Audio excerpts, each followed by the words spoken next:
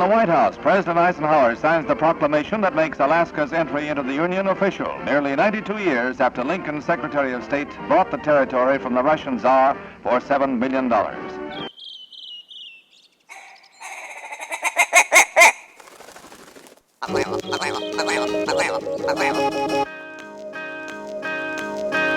Alaska Wild Project podcast is brought to you by the following sponsors.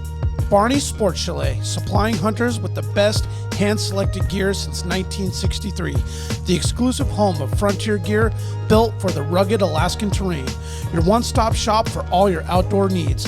Visit Barney's today at 906 West Northern Lights. Big Rays, the Alaskan outfitter, committed to outfitting Alaskans across the state since 1947. Whether you're a recreator, parent, guide, or corporate buyer, Big Rays has the gear you need, tailored for Alaska's harsh conditions. Check out their new exclusive line of Auralic waders. Big Rays for all your outdoor gear and rugged work attire. BigRays.com. Tailored Restoration 24-hour emergency home services, helping Alaskans restore their dreams since 1972. Services include fire, water, mold, post-emergency cleaning, repair, and remodeling. Give them a call in Anchorage, Eagle River, Matsu, or Fairbanks. Hit them up at tailoredrestorationalaska.com.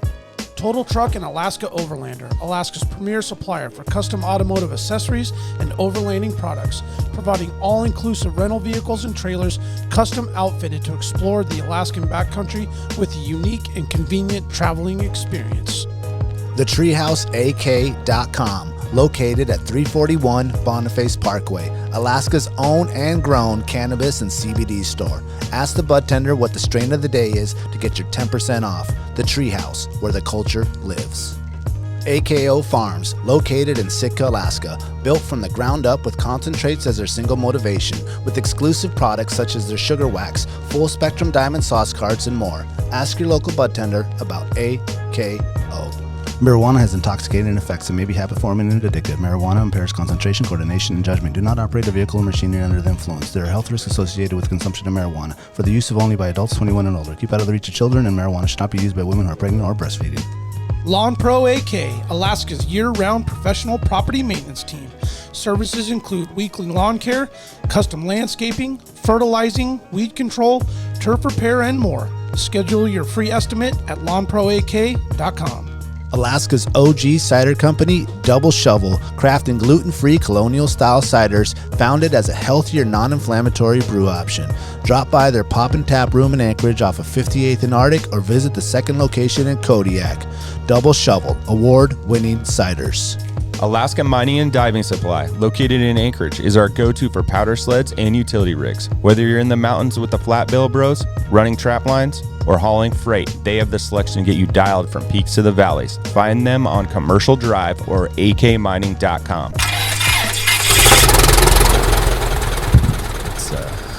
It's been busy. So do we remember how to do this? Yeah, a little bit. How does this go? Oh, I remember this part. Yeah, I forgot it was. Yeah, Adrien. I popped it before, man. I was thirsty. Yeah. You got a little sloppy. It happens. Yeah, I think this is the first one I've missed. So hold on, let me smell it. Yeah. So Jackie brought in some new cider. Not new, I guess. You've done this one before. Forest Bittersweet, but none of us have had it. Smells herbal. Yeah, it's kind of a winter one. Smells herbal. I could see that. I think that the ingredient that you're smelling, or one of them, the main one probably, Something green. it's probably been used in some herbal stuff. Kind of grassy. Green. Kind It of is grassy smell. It almost reminds me of like grassy, but when you first crack open that strawberry Jell-O packet to make Jell-O back in the day. Oh, that smell of that chemical. Oh, really? That's what you're getting from that as a chemical smell? No, it's just like a Well, if I could, like a fruit. it's like the stalk of like a fireweed. Is like what I'm smelling. All right. You know how do you guys remember back in the day when like mid-July the fire would just be huge, Right. You break it at the bottom and then You can eat it. clean it from the top down and then throw spears at each other. Oh, yeah. That was so fun. Nah, bro. Oh, Mayor's like, that's some white people shit right there. That was a thing for sure. When they're real little, though, you can 100%. eat like the root, That's what I heard. Yeah, and it's good. Oh, let me taste but it this now. is not what that is. I also was thinking some sort of like lingonberry or something like that. Okay. So this when hops weren't in season in the past, this ingredient would be the replacement for hops. Phantasm powder.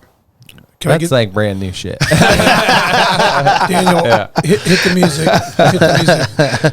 What is it? Oh. This? It's getting all freaky deaky in here. Oh man, it's like You know what it is? no. That you figured it out though. You about to tell us what it is? I was gonna guess. Oh yeah, Yeah. let's hear it. Yeah. Like a fern, Oh, Fern Gully? like something with some ferns. You know, you get ferns up in like Turnagain and shit. Yeah, I mean ferns also when Like a they're fiddlehead. little, the That's just the fiddleheads grass you can smell. also Like eat. so, It's not that you think it's grass because you go outside, but it's not grass. Adrian, what you got? I haven't smelled it yet. Oh, I got the cranberry. here you go. What's in that? To go with. Here you go. Cranberry. Oh, I know that smell. Yeah, you do. I'm telling you, man. Because you go outside. If you go outside, Like when you take your know snow that- boots off? Hell yeah, my shit clean, boy. What is that? I know that smell. Hell yeah, you do. That shit is in Brandon's kind Albany's of gummy close, bears. but he's like It's like the tip. Oh, of is it, fern on something? Is it you said- Spruce tips? Yes, spruce tips? that's what Oh, it there is. it is. Spruce tips. Okay. Nice work, buddy. Cut the music. Spruce All right. tips. Something Yes. green, man. Yeah. So Just call me the double shovel aficionado.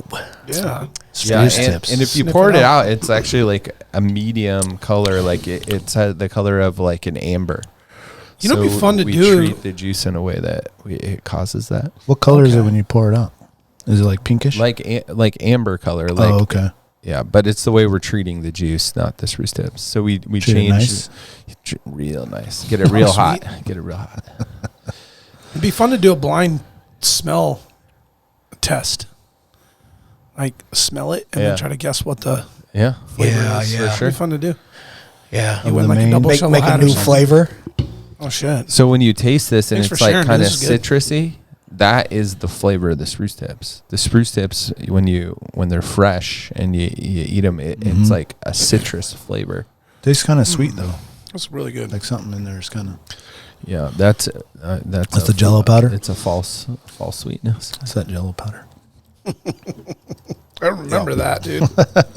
That's crazy. That smell of So that. do you dude? brew that with the spruce tips in it, or do you Both. extract the stuff out? No, both. We isomerize them just like you do for like when you boil hops. Can you spell that, Brandon? And we also Isomerize.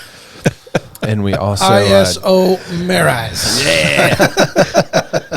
I'm mesmerized by this ISO dash. isomerize. Yeah. But and then we dry hop too with them, so we do both. Gotcha. Okay. Yeah.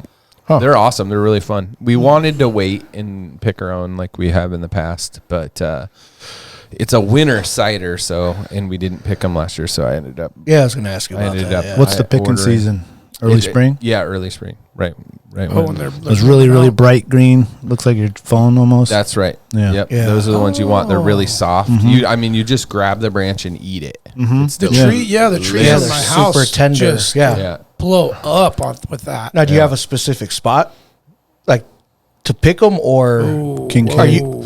No. I mean, like, do you guys have to, as a company, No. or Ooh. Now Got it. You officially Yo, man, can you check this dude's wired? we look. that's fucking hops, dude.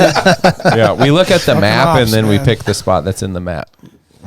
It's that little patch in Upper Huffman where there's like berry picking, fern picking. That's what you got to do is have Spruce. spruce tip That's what I'm picking on saying. the Yeah. upper Huffman next time. where they got that? Makes sense that you got the spruce, the trees in Yeah, there too. You're gonna actually Galen get somebody up there fucking looking nailed this around. can. So Galen Jones designed this can and fucking killed it. Yeah, you did good. It is an awesome can. On the same kind of topic, I don't know if you guys knew that you could go. I know it's past Christmas or whatever, but I was looking as I was like reserving the campsites. Oh yeah, Hopefully everybody did that. Yep. If you On didn't, it. it's too late. On it. I'm over that shit. I'm waiting on that text from you still, Then you're gonna be at. letting us know where we're going camping. he's gonna get a boat and You're come not gonna out be with I camping. don't do that shit no more. What do you do? I just don't camp in those spots anymore. You don't camp. Not you camp? in those spots. Where do you camp? I don't know, take the 4-wheeler somewhere where there isn't a fucking reservation and somebody. You don't got to do 6 months in advance. Bro, at we 6 in the need- that's morning what at I'm 6:01. Shit. We're gonna I want do that it. shit. And then about 2 weeks before you go, he'd be like, yo, come on, bring a tent. Throw it in my campsite. I'm like, cool. All right, I'll be there. Yeah. Can I bring my brats? Yeah. No, we got some good spots reserved. Hell yeah. But I was saying as I Yeah. was looking at that, and I was asking, I actually called you one day because I was trying to get some other spots, but you can only reserve spots that are on Alaska.gov. No, I mean rec.gov. certain like DNR, or it's not like DNR and They're Reserve the America. state or the federal spots, like in so a lot of them, the national- other ones are all like first come first serve. Right. Because I was trying to get some other spots that I've been wanting to go to, Yeah. and I was like looking them up, and I was like, oh, you can't. It's just, which is cool. Yeah. Because No, I'll that show is up on a awesome. freaking Tuesday, Yeah. get the spot. Yeah, the yeah. cool thing is a lot of those first come first serve spots, like the one that you and I were talking about specifically. A lot of those are off the unbeaten path, and they don't have cell phone service, Yeah. so What's- you always have a spot. Right now, what spot? So I know. Yeah. Yeah, we'll all go over there.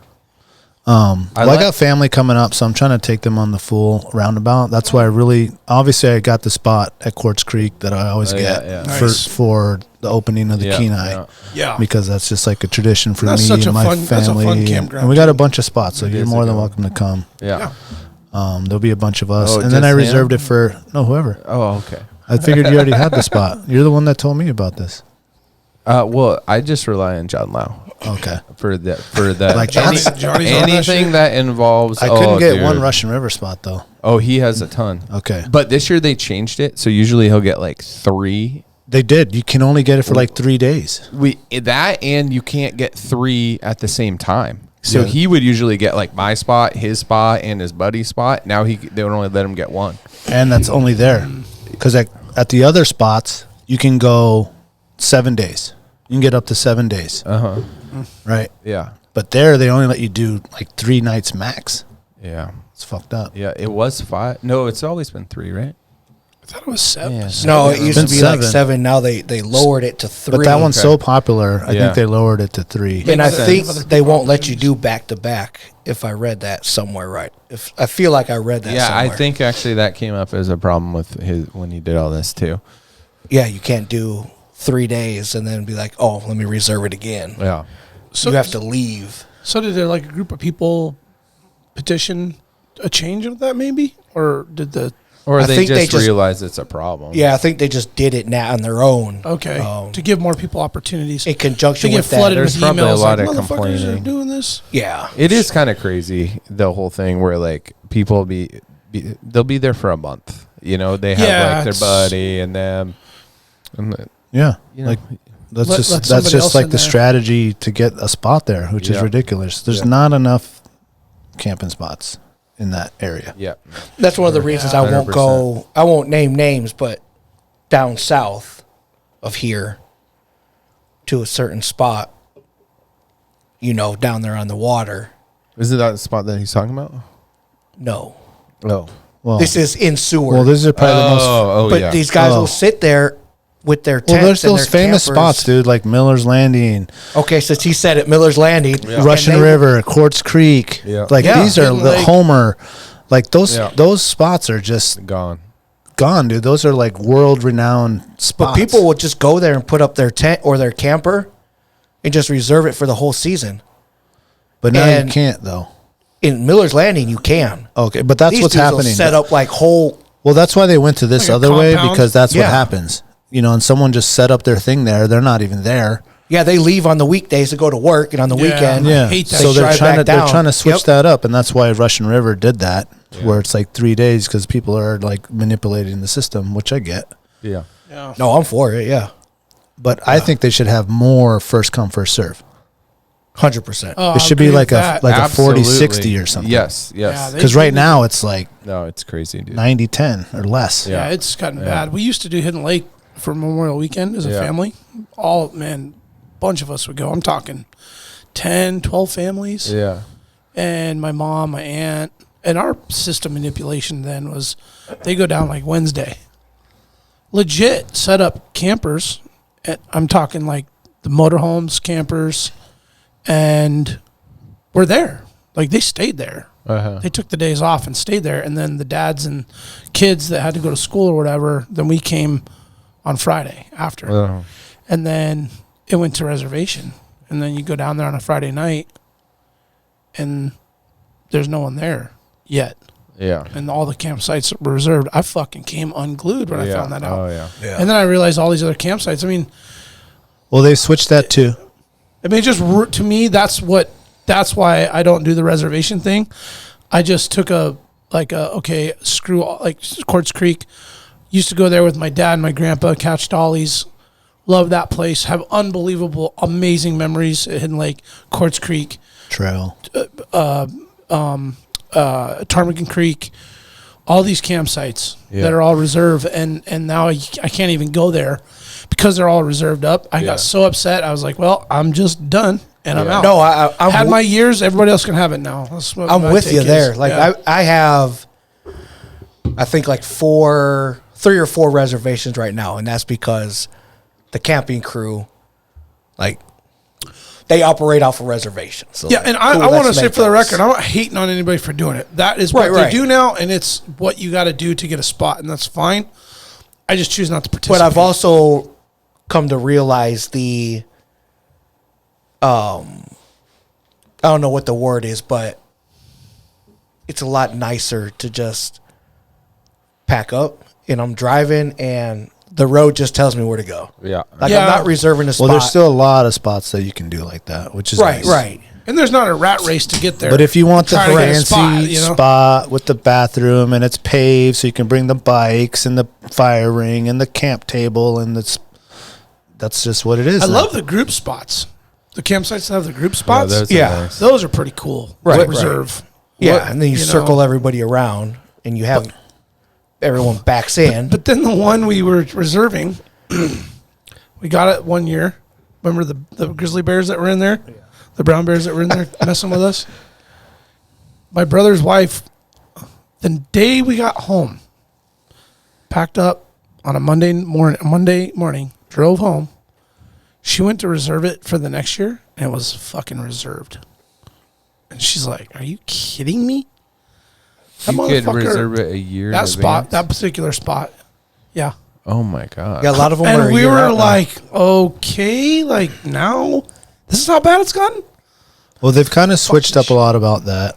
I mean, now it's 6 months, literally to the day. Yeah, you have to do it. And if you reserve a spot, yeah, pretty much. Yep. And if you reserve a spot and you're not there within 24 hours, I want to say, then I think it's 24 they hours. take it, Hell then you yeah. can get it, which like is that. good. Which I is like good. that. Mm-hmm. So my parents who just roll and don't reserve anything, you know what I'm saying? They're just hoping I do it, or my brother, and just they show up, go wherever. They don't care. Those target fucking Fred Meyers and Soldana. Yeah. Mommy's got the spicy margaritas. But they learned that, like, okay, these guys aren't coming. We don't see anybody. Go talk to the dude. He'll check, and then you get the spot. Oh, that's cool. Which is nice. I always thought there should be a penalty. Like, if you reserve it and you don't show up, it should be like 4 or 5 times more than the night price for each night that you're not there, because you're taking away like an awesome experience from like another person that's from Or there's 2 other good things, options for that. Either you're able to unreserve it, so then it's a first come first serve spot. Or there's the which I jumped on, probably blow it up now, but the canceled reservation thing on Facebook group. That really doesn't exist, people. I mean, that's a good thing, because if you have a spot and you're not going to go, you can go on there, and then someone else will at least be able to enjoy it with their family, and you get your money back. You know what I mean? Yeah, they're not like making money off of it. They're just like whatever I paid for it. Yep. So what do you do about like the problem like in the sound? So there's like 8 cabins. Like I've got up at whatever 5 in the morning to reserve it at 6, probably 12 times since December, the beginning of December, and I've gotten 1, and I just reserve it for like the 1 or 2 days I need it, right? But when you go on there, everyone's reserving it for a week, and you know they're not fucking using it for that whole time. Absolutely not. And then they don't fucking cancel it, right? And in those types of trips, like you can't just like first come and first serve it. Like you have to, it's somewhere like 60 miles out or 45 miles out, and it's like you got to be prepared for that. So then no one uses all those days. And then they go online and drop them like the day before, right? And so it's not enough notice, especially if you're already out there, to know that the cabin's not used. And so the cabins don't ever get used. Yeah. Like, what's the solution for that? It's a good question. Yeah. Really good question. I think they it's got to like move a their fine. cancellation out. I think it's a huge fine if you don't use it. There should be like a pressure activated switch, like like when you take the water at the restaurant and it's like you were here or not. And it like just records it, and then it's like boom, if no one opened that door or whatever, whatever $250 fine per day or whatever for not using it, unless you cancel it within a certain amount of time. You're not allowed to reserve it again. Oh, that would be the shit. That would be you just perfect. lose privileges for 10 years or something like that. Yeah. That's a really good idea. I would love that, because I don't know how many times I've been out in the Sound and no one's at the cabin, and it's reserved. Oh, you go to those cabins all the time and they're reserved, and there's never a boat anchored up. No. And this isn't like you just happen to pop in there and it's the middle of the day, like they're probably fishing, duh. But then you go back through there at 9 o'clock at night, and the motherfuckers still in it there. Like, It's crazy, dude. Yeah. And it's such a misuse. They're really expensive to maintain, to put in and maintain. They're far away, and there's only 8 or 9 of them. So it's like, think about, it's like one little section of the Russian River campground, like the first third of one loop, Yeah. Well, I think we talked about this before, but another solution would be like you let 2 people reserve it, and you have first person, all right, and if you're not going to go, then it just drops down to the next person and notifies them. Yeah, somehow. that'd be cool. You know what I mean? Yeah. So then it's like, all right, at least someone's going to be able to use it. Yeah. But the whole point of this thing, what I was getting back to, was I didn't know, as I was looking up, that you could get a permit to go cut your own Christmas tree. Oh, really? Yeah, in the Chugach. Really? Yeah, in a certain area. Yeah, they must have certain spots, and you can apply for a fucking permit, and you go to a certain area and go choose your tree wherever, and then chop it down and bring it down. Oh, so you just can't do that on your own? Oh, well, I thought you could. No, I didn't know that. I thought you could. Well, just like you thought you could go camping anywhere. No, you can't. You got to have a reservation. Yeah. So the tree thing, which I mean, we always go and buy a tree. Yeah, we go to Bell's, we buy a tree. It's a whole deal. Yeah. But I thought it'd be one more cool thing. Yes. To go out with the sled and the kids and, Yeah. you know what I'm saying? Chop it down. Chop it down and choose one and bring it back. And Just Griswold it's not going to be Yeah. a Noble Fir or Griswold, Nordman for sure. or whatever the fuck we get. Now it's a Charlie Brown tree, but Yeah, but at least it's like Yeah. right, it's paying the memories. paying into the state or whatever. Yeah. Well, and it's from your backyard. Yeah. Yeah. Right. We Technically. cut trees down every year growing up. Your own Christmas tree? Yeah, we never bought one, and but now I have a fake tree. So Oh, you went fake tree? someone gave it to me, and I was like, "Oh, it's free." Is it white? Yeah, that is real not. tree bullshit is way too much work. Oh, you don't get the real tree? Never. I would go chop one down, but I'm not buying a fake tree or a real tree. I'm not buying a real tree every year. We buy a real tree. Yeah, they look really nice and smell good. It does smell Oh, really that good. part's cool. Yeah. Yeah, they Yeah. do smell great. They But make there's a some mess. really nice thing of just getting the fake tree and putting it up and down. You don't got shit everywhere, and then No, you buy the fake tree that's got the LEDs built in. Yes. Right? Oh. Yep. And it That ain't- folds that ain't up, like nothing new. All crazy. Been like that. I'm pretty sure now you can Bluetooth to them and fucking That you say control that. the lights and shit. I watched a commercial on Facebook or something like that, right? It's like an app comes with a tree. Yeah, like no, this lady white bullshit, and she had a phone.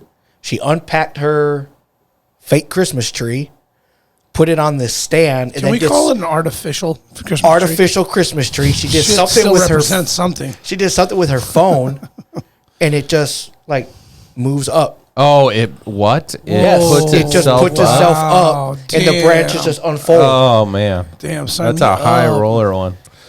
That's some laziness.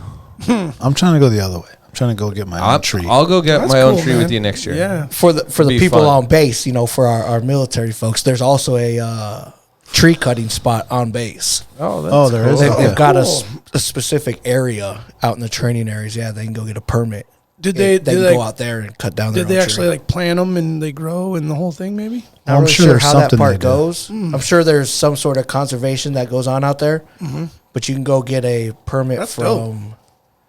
the land guys out there and go cut your own tree That's on awesome. base. Yeah. Yeah, I'm in next year. We'll go with the kids. The my issue has been that I don't want to be the dad that, like, you know, goes and takes one from the forest and then gets like a trooper up to him and a ticket. And I Exactly. just don't want to be that guy, and that's why I haven't done it. So Yeah. now that we know there's the legit there's way, a I'll legit go way with to it. do it, and the permit. way Guy to do pulls it. you over on the Parks Highway, like, excuse me, sir, where did you harvest that tree? Yeah, man. He's Like 50 miles north? What's So the I'm gonna problem? get you for the tree, and then you're taking wood across the county lines. Over Yeah, here. and you don't have a red tab on it sticking out of your bed.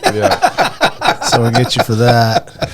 Yeah. Yep. I was super surprised though how many skiing down in December. How many families made it like a ritual to go get a tree and then pull into Girdwood and go to the brewery? It was insane. I bet you a quarter of the people that pulled a truck in had a Christmas tree all of December. Like, Wow. it's just like their tradition to go cut a tree down somewhere and then go to the brewery. And just leave it in the back of your truck? Yeah, while Oh, they like go they're get a on the way beer. to their Yeah. cabin or whatever? Oh, Or gotcha. I think they were going back to Anchorage. They like pull in. Yeah. Oh, because that's get a where you beer. get the tree. It's somewhere out there. It's in Girdwood, I want to say. Oh, okay. That's probably where you have, they probably have some like farming or some, I don't know. It was amazing. Okay. How many, it was. That sounds like what I want to It do. wasn't a coincidence. It was like, how am I not involved in this thing that everyone's doing? You know? Okay. Yeah. Get some information. Yeah, it was on pretty that. cool. Christmas tree harvesting permit. Oh, and Called on it on my notes. on that, I was last year. We were picking spruce tips to eat, and we were on a nice This little is spring 2022 or 2023 last year. 23, and we were. This is edible one, so we were eating as like a family, and we went on a hike in Girdwood, and there's hemlocks, and they had cool. tips, and I like almost ate one. Fucking good thing I didn't. They're fucking totally poisonous. Oh, the hemlock you don't do. Right. And it's like, who would have thought? Like, they're didn't all know that. related to the same family. Like, Yeah. you know, but this one you can't eat the tips, but the other one you can. Anyway, it was kind of Went with your gut on that one? Ooh, good thing. yeah, I got like a little weirded out. I was like, I don't know anything about this one. They felt a little bit different. Well, the hemlock ones always feel soft. You know, like the spruce tips. Like, could do have when killed they're you fresh. type? Yes. Poisonous? Oh, shit. Yeah. Ooh. I wonder what trees, are you looking it up? I wonder what trees, This are they says- spruce trees? I'm assuming. This says now I'm on the Christmas tree. the National Forest, U.S. Forest Service website. And it says the Chugach National Forest allows public harvest of one Christmas tree from the forest without a permit and free of charge. That's why they go. Yep. Yeah, that's why they go. The there only then. place that you cannot cut down the Christmas tree or the trees, is Portage Valley, which extends from the Seward Highway up to Portage Glacier and around Portage Lake. Turnagain Pass for the rest stop to milepost 70 to Seward Highway, Bertha Creek Campground. Huh. Bertha Creek. Can Yeah, you they do got- it? they got a Could you map. do it It's in just past Girdwood then? Turnagain. Yeah. Did they say like what kind of trees? It doesn't say where specific. It just says the National Forest. Get a birch. And it Well, doesn't it say just kind of like seems fucked up to cut a hemlock tree down. and it doesn't say what type of tree. It just says a Christmas tree. Yeah, Well, hack it down. I mean, Do they the show a hemlock map then? Would look Yeah. pretty. Okay, where you can and can't. I'm assuming you can't go into like the campgrounds, like Portage that would be messy. area. I have one question, though. Is anybody going to bring tinsel back? Tinsel? You know what I'm talking about? Yeah. Yeah, Yeah. Nobody We were talking bring a about, tinsel like, damn, Dang, the tinsel? weren't the Christmas trees in the 80s and 90s the ugliest, bro? With the tinsel all around? Yeah, just chromed out. Yeah. That was my mom. My mom, too. Oh, my God, dude. The white tree with the tinsel. Yeah. Oh, you guys had a white one? Yeah, we had a fake white one. Yeah, when that first fake white one came out in '92, dude, you know we Your had mom that. jumped in Just on that. chromed out, bro. Dripping. Just I don't dripping like in those chrome. white ones, dude. I don't either. Yeah. I sent it to you on The white tree looks good in like I don't know if a you're mansion or some shit, like a Yeah. like a certain kind of like living space that is Yeah. like it's meant to be. You don't just go throw it in like. Not saying anybody lives in a double wide, but you don't throw the white tree in the double wide. You know what I'm saying? You know, like a couple. White on white. When it, like, if you're gonna make a white tree, like 3 weeks ago when it got real cold, like I think it was right after when I Christmas. wasn't here. Oh, sorry, man. The trees 14 look below. so Sorry, no, I'm sorry. pretty. You know what that's I was called? sweating. No, You don't know what that's called? Wait, what are we talking about? When the trees has that like Frost. really white frost on it. Oh, it's actually really beautiful. Oh, Yeah. hell yeah, here we it go. was thick. That's I know it what it's should've called, looked but I'm letting them. You do know what it's called? Yeah. Okay. Do you guys know what it's called? I just found out like 2 weeks ago what it's called. Yeah. I didn't know what it was called either. Damn. It's called hydrofrost. Good guess. Real good guess. Fuck, man, I just went for it. like inlaid inversion. Inlaid inversion frost. Whoa. You know what it's called? Yeah, hydrofrost. No, tell them what it is. It's called Horror Frost. Oh, I knew that. Shit. Yeah, You know, whores be cold. Yes. Hoar frost. they are, man. They don't love you. Nah, they WHO. don't. Give you about 37 minutes of love, and they out. That's it. That's it. I fucking Is it knew that, too. I can't WHORE believe I horror, forgot too? all about How do you spell hoarfrost? Let's put it up on the phone. Oh shit! Let's see. It's Hoarfrost. H-O-A-R, right? WHO. H-O-A-R. Better be careful what it pulls up. Hoarfrost. Yeah. There's probably some porn star. Actually, it probably won't pull up in our with our HOAR. Boom. HOAR. Hoarfrost. Horrorfrost. Yeah. I remember we nerded out on this like a few years ago. That's I the can't believe I prettiest when forgot. it's like that. It is pretty. It was Oh, it gorgeous. is really a couple awesome. Weeks ago. Yeah. Actually, But Yeah. if you could make the white Christmas tree in the side look like that, Yeah. Okay. then maybe be in on I think it. Lowe's has the Hoarfrost spray. Oh, they do. You got to spray it. You got I to was spray about to yourself. like, just walk right in there. You guys carry hoarfrost? Get out of here, sir! Talk about our manager like that. It's foam, insulating foam. Well, we're living in the past, so let's get to the current. Happy New Year, boys. Oh, happy. Oh, okay. Yeah. Happy New 2024. Year. Oh man, we talking about Christmas and shit. Yeah, That's boy. last year. Is it like That's true. bad luck That's to true. say Happy New Year after the first week? Nah, man, I give Happy New Year at least through the 15th. Okay.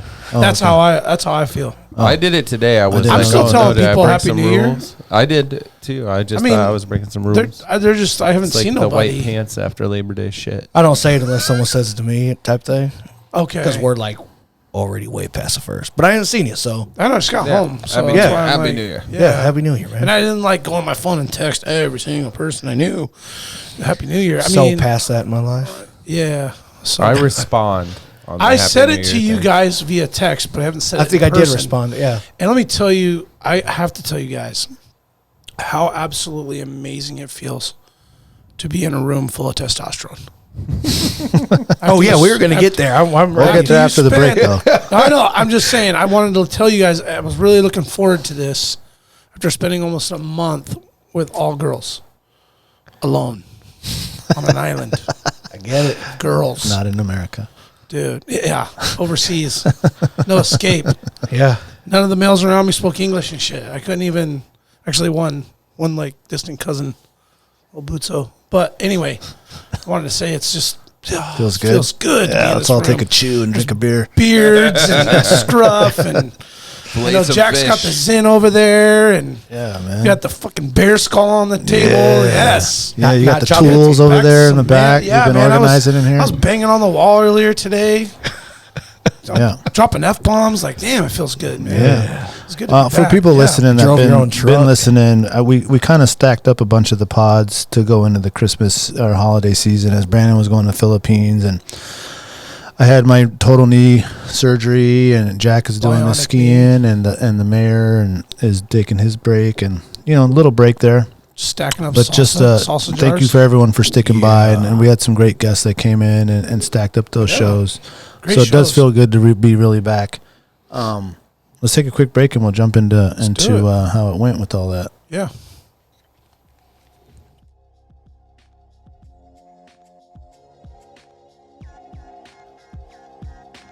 Barney's Sports Chalet, supplying hunters and outdoor enthusiasts with the highest quality gear and equipment since they opened their doors in 1963. Barney's carries exclusive brands such as Alpaca Rafts, Sitka Sims, Exo Mountain Gear, Hilleberg, and much more.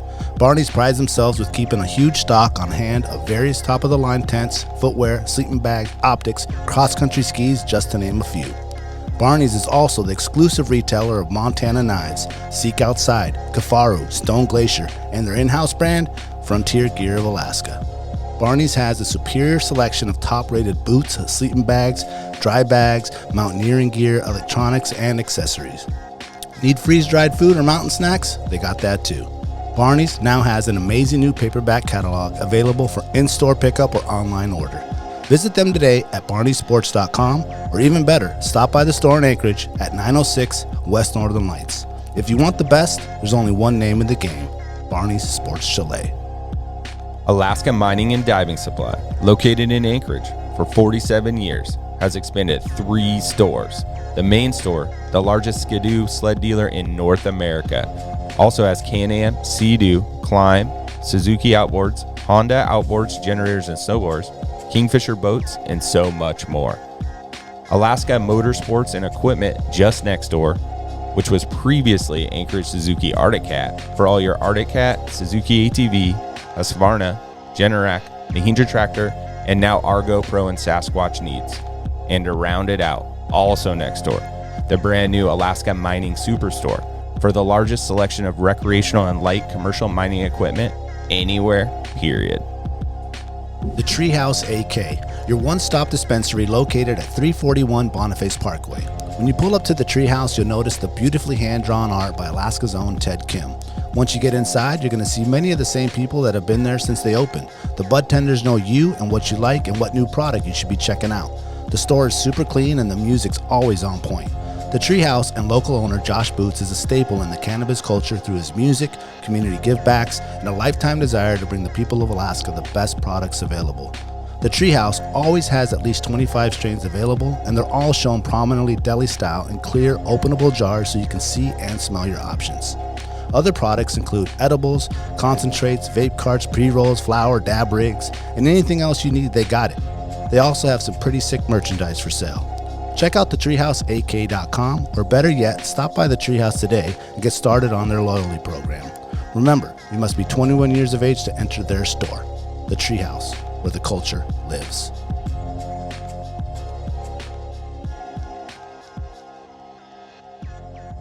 Mixed drink? No, it's habanero beer or whatever. it is. They had that peanut butter. He brought that in when he came. Yeah, I like that one. They didn't have it last time I was out there, though. But I feel you on that stuff. But yeah, it was a nice break, man. Like Daniel alluded to earlier, before the break, we took the time, excuse me, to stack all those pods, and thanks to all the guests for coming in and doing that for us. Yeah, it was nice to have a break for sure. Yeah, like I think I'd like to exercise that option. Maybe June through August. that would be great. Let's stack up 20 any sunny days for the summer. I think just any sunny days. I think the first couple of years it was hard because we're still just trying to figure out how this shit works, and then Right. We thanks to the mayor and Chad and some other teammates and Emily and ambassadors with the Last Quad Project, putting in the work and helping us get guests. That's one of the biggest, I don't want to say struggles, challenges for in this business is nailing down people to come in. God, it's hard. Yeah. People want to come in, people want to participate, but everybody's got lives and shit. We got lives. Yeah. We got stuff going on, right? Well, they have to come in, and it's on our timeline, right? That's kind of the hard part. Yeah. And so I think we have a good idea how that works. Obviously, it's a lot of teamwork, and effective communication is the number one key. So I think in 2024, now that we've got some experience in how to make that work, maybe we'll be a little bit more successful in our ability to maybe have a little bit more time in, say, the hunting season or next holiday season.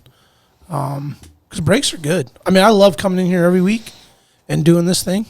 I really do. I'm passionate about it. Daniel's passionate about it. Jack, Adrien, you've been amazing, dude. Thanks for everything you've done for us, especially in 2023, man. You were fucking man of the year on that. But it was really nice to, like, disconnect from it for a minute. Seriously. It was nice. No, it just relieves the pressure, you know? Right. So, yeah. Well, I mean, we're meant to be outside doing stuff, not just, have things all the time. And vacations. I mean, I haven't been on a good, long family vacation in a while. And we were just talking about your guys' trip to Vegas before the show, and you got out, and I know Daniel, bless his heart, he was not exactly enjoying his time off. He has a bionic knee in his leg. Watched lots of hockey games. Yeah. However, it's going to benefit him later. You want to know what's on Netflix? I got you, dude. Okay. The mole people. I have to ask this. This is super random, and it's not on Netflix. I don't think it's on Netflix. Have you all seen Cocaine Bear? I haven't. This is random as fuck question. But Never even heard of it, but I haven't seen it. I know. So we threw around in a text thread like a year ago or something like that. It's like, are you guys fucking kidding me? Have you heard of this? Cocaine Bear, and it's like alleged actual event where some smugglers Okay.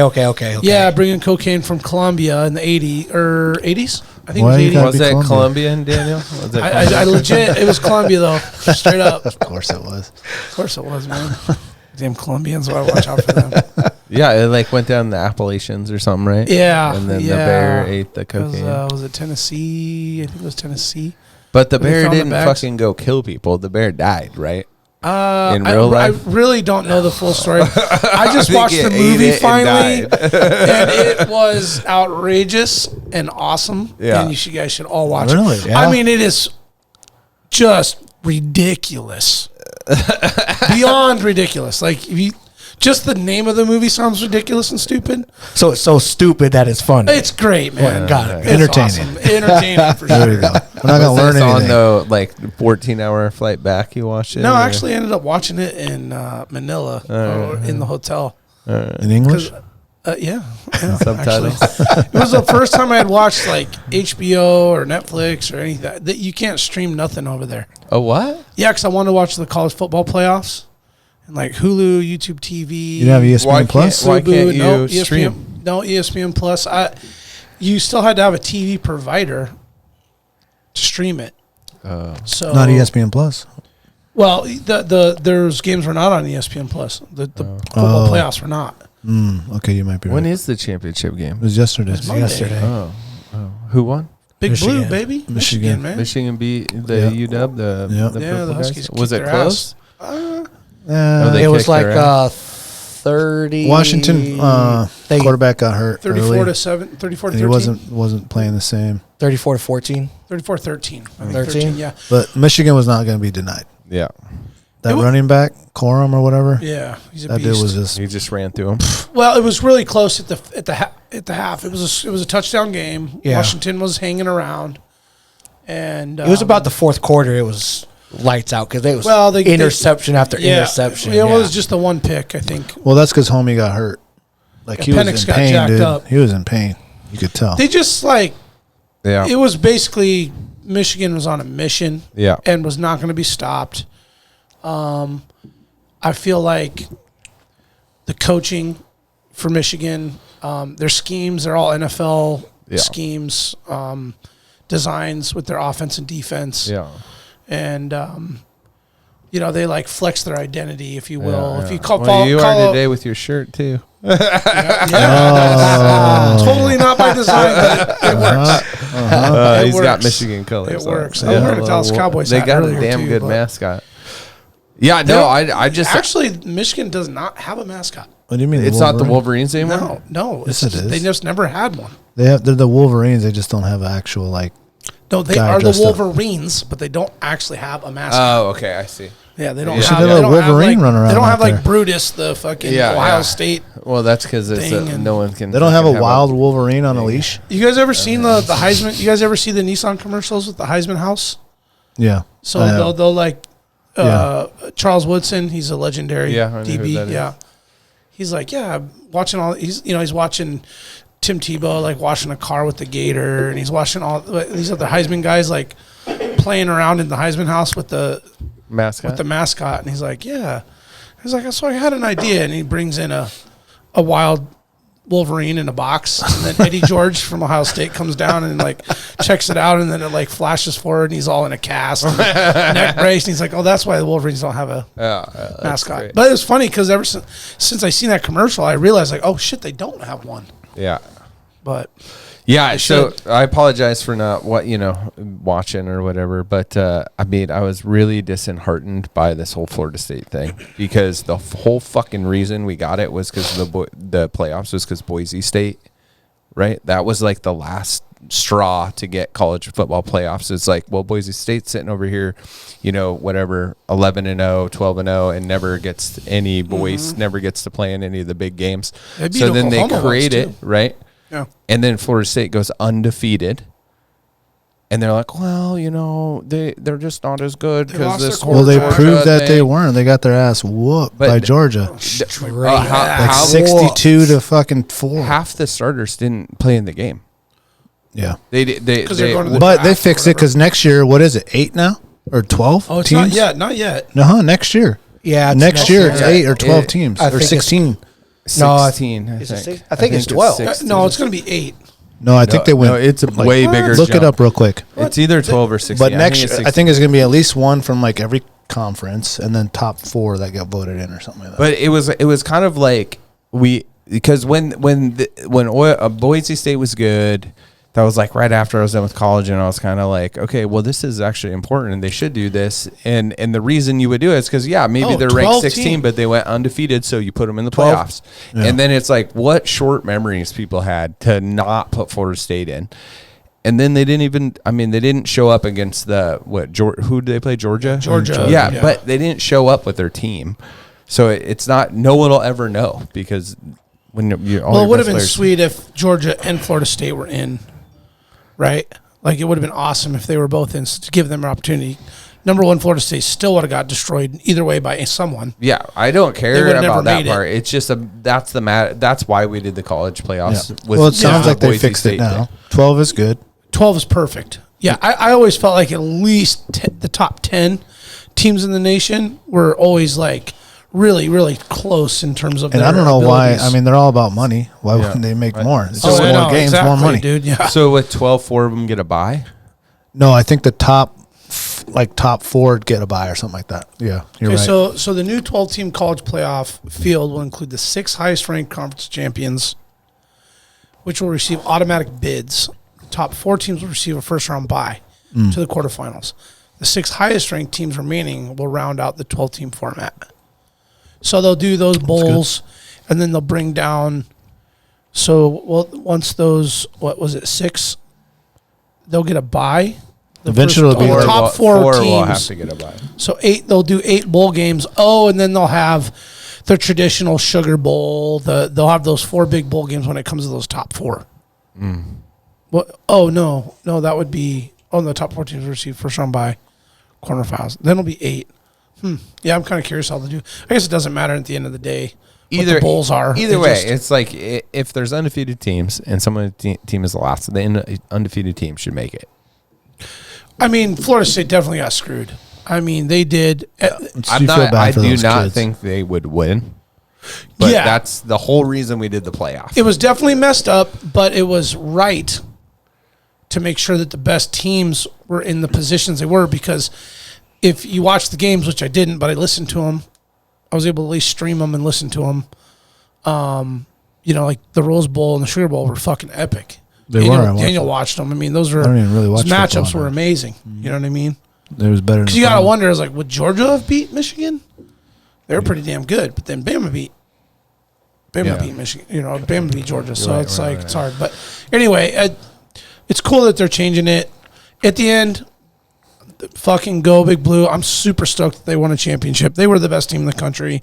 Jim Harbaugh can flip his finger off to the NCAA, go to the NFL, resurrect the San Diego or the Chicago Bears. Got it. Yeah. That would be cool. Yeah. Does he already got a job? No, but my hunch is he's going to be the Chargers coach next year. I saw this report.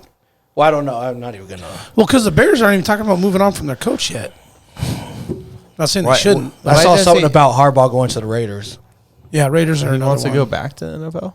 Oh, he's going to go for sure. What? But didn't he leave 49ers when they were good to go coach college? Yeah, I mean, but there was some weird shit going on even then. Oh, okay. And then the Kaepernick thing went down and all that shit. Yeah. He has unfinished business in the NFL. I think he wants a Super Bowl. Okay. I think that's why he's going to, because he makes double, maybe triple what you would make in the NFL as a college coach. Yeah. Those dudes are getting paid out. And he straight up gets results. Like, he makes teams good. Yeah. Right. Yeah. There's just no ifs, ands, or buts. He goes to the Chargers with Herbert. They're going to be they're going to be a damn playoff contender. He's not going to be able to beat his brother again. Yeah. You can't ever beat the big brother. Yeah. The scene last night was dope when his brother was like late.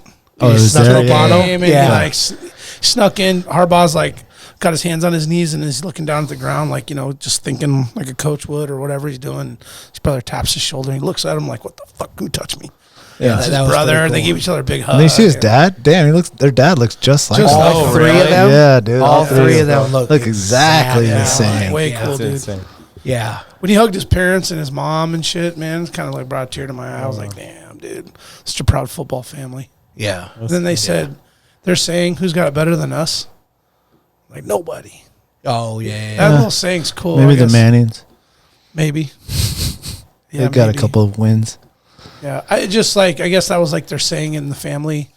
Like, even when shit's going bad, like 3 feet of snow drop and they're out there shoveling the driveway, you know, dad, who's got it better than us? Nobody. You know, just No, they did make a point about that, his positivity. Yeah. How he always be like, who else is going to be shoveling this snow right now? Who else would be out here in the rain like this? Yeah. Who's got it, but like, just turn it around, you know? Yeah. I know it made me, like, as a That's parent, wild. I was kind of like, damn, man. Like, okay. So they did like a whole little like mini doc on them. No, they're just that's like their thing. You know, they fill space.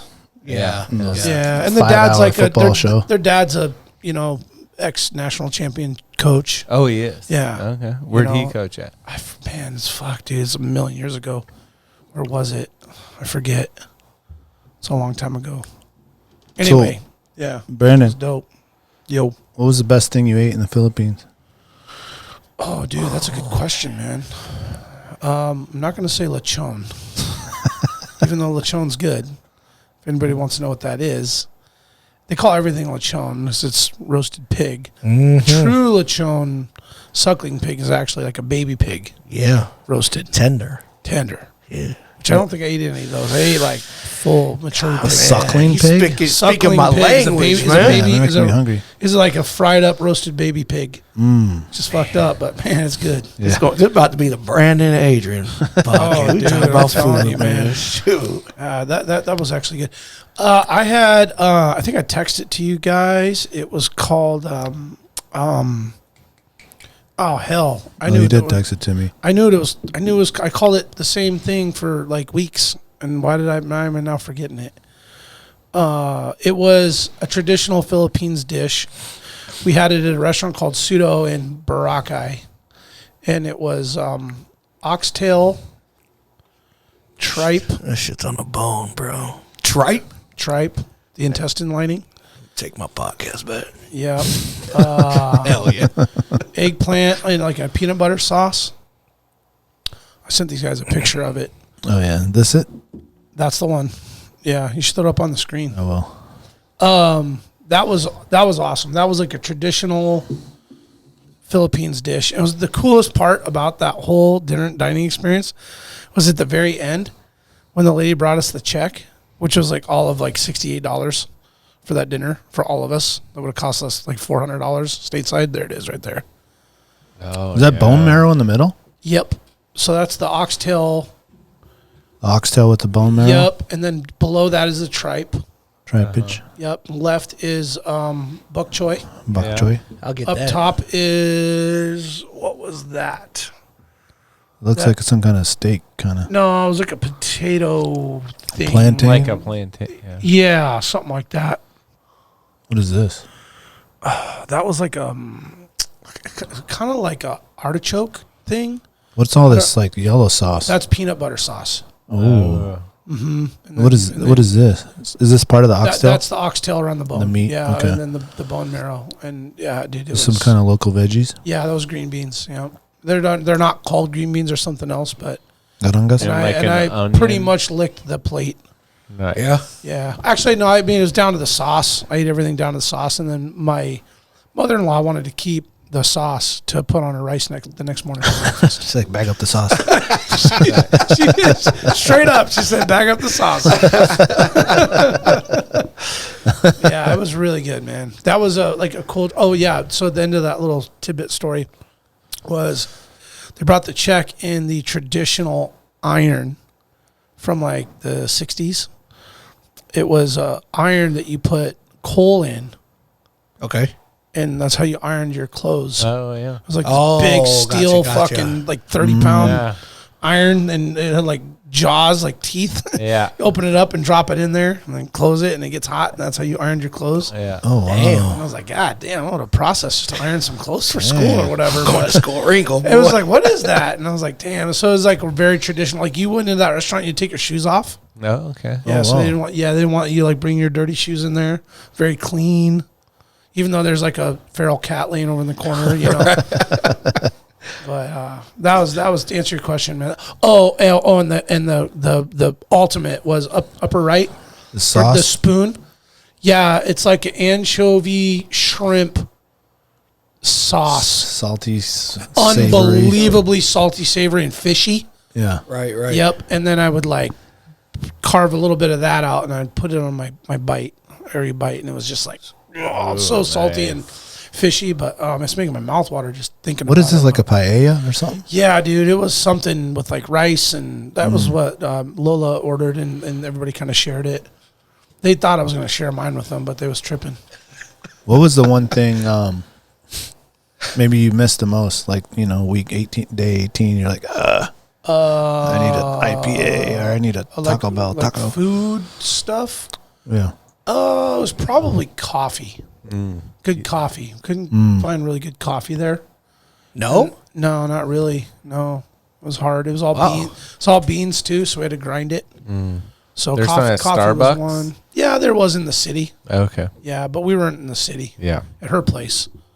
I think there was like three main things that I was really, really, really wanting. That was a legit hot shower,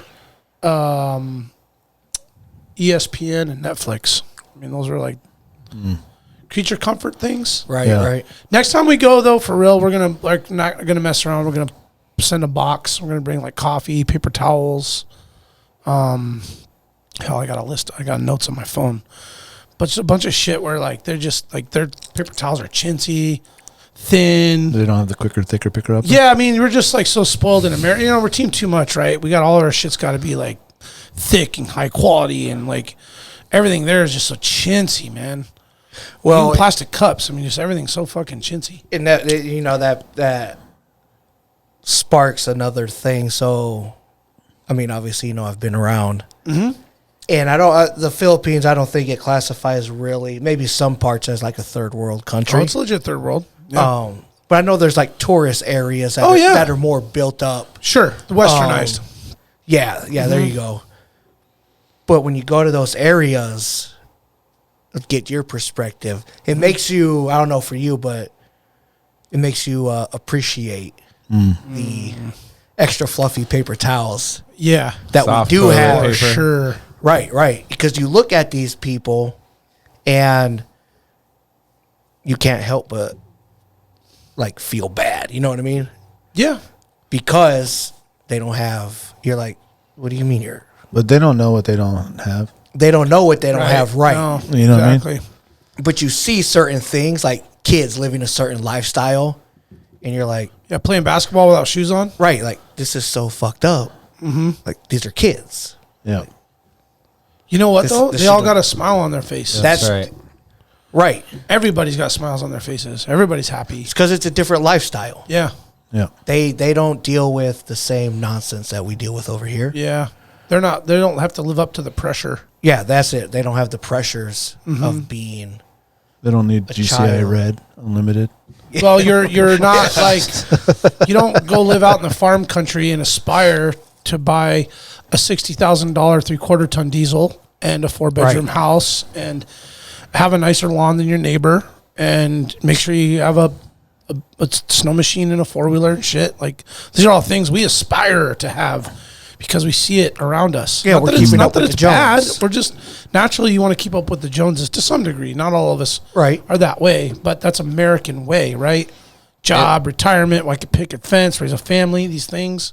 But they're also like outside. They're like working hard with their hands. Oh, yeah. They're walking places. Sure. Like they're doing all the things that we're meant to do. You got Right. it. You Right. got it, man. And then we're checking email. Right. I have 5 Yeah. emails. Yeah. Exactly, dude. It's fucked. It's fucked, dude. Why do I need 5 emails? Yeah. Yeah. Tell me why. And I feel like we Yeah, have the creature comforts of life Yeah. over here, but they have like a better quality of life. Yeah. Yeah. With We less. have a good quality for, if you look at the whole picture for certain things, right?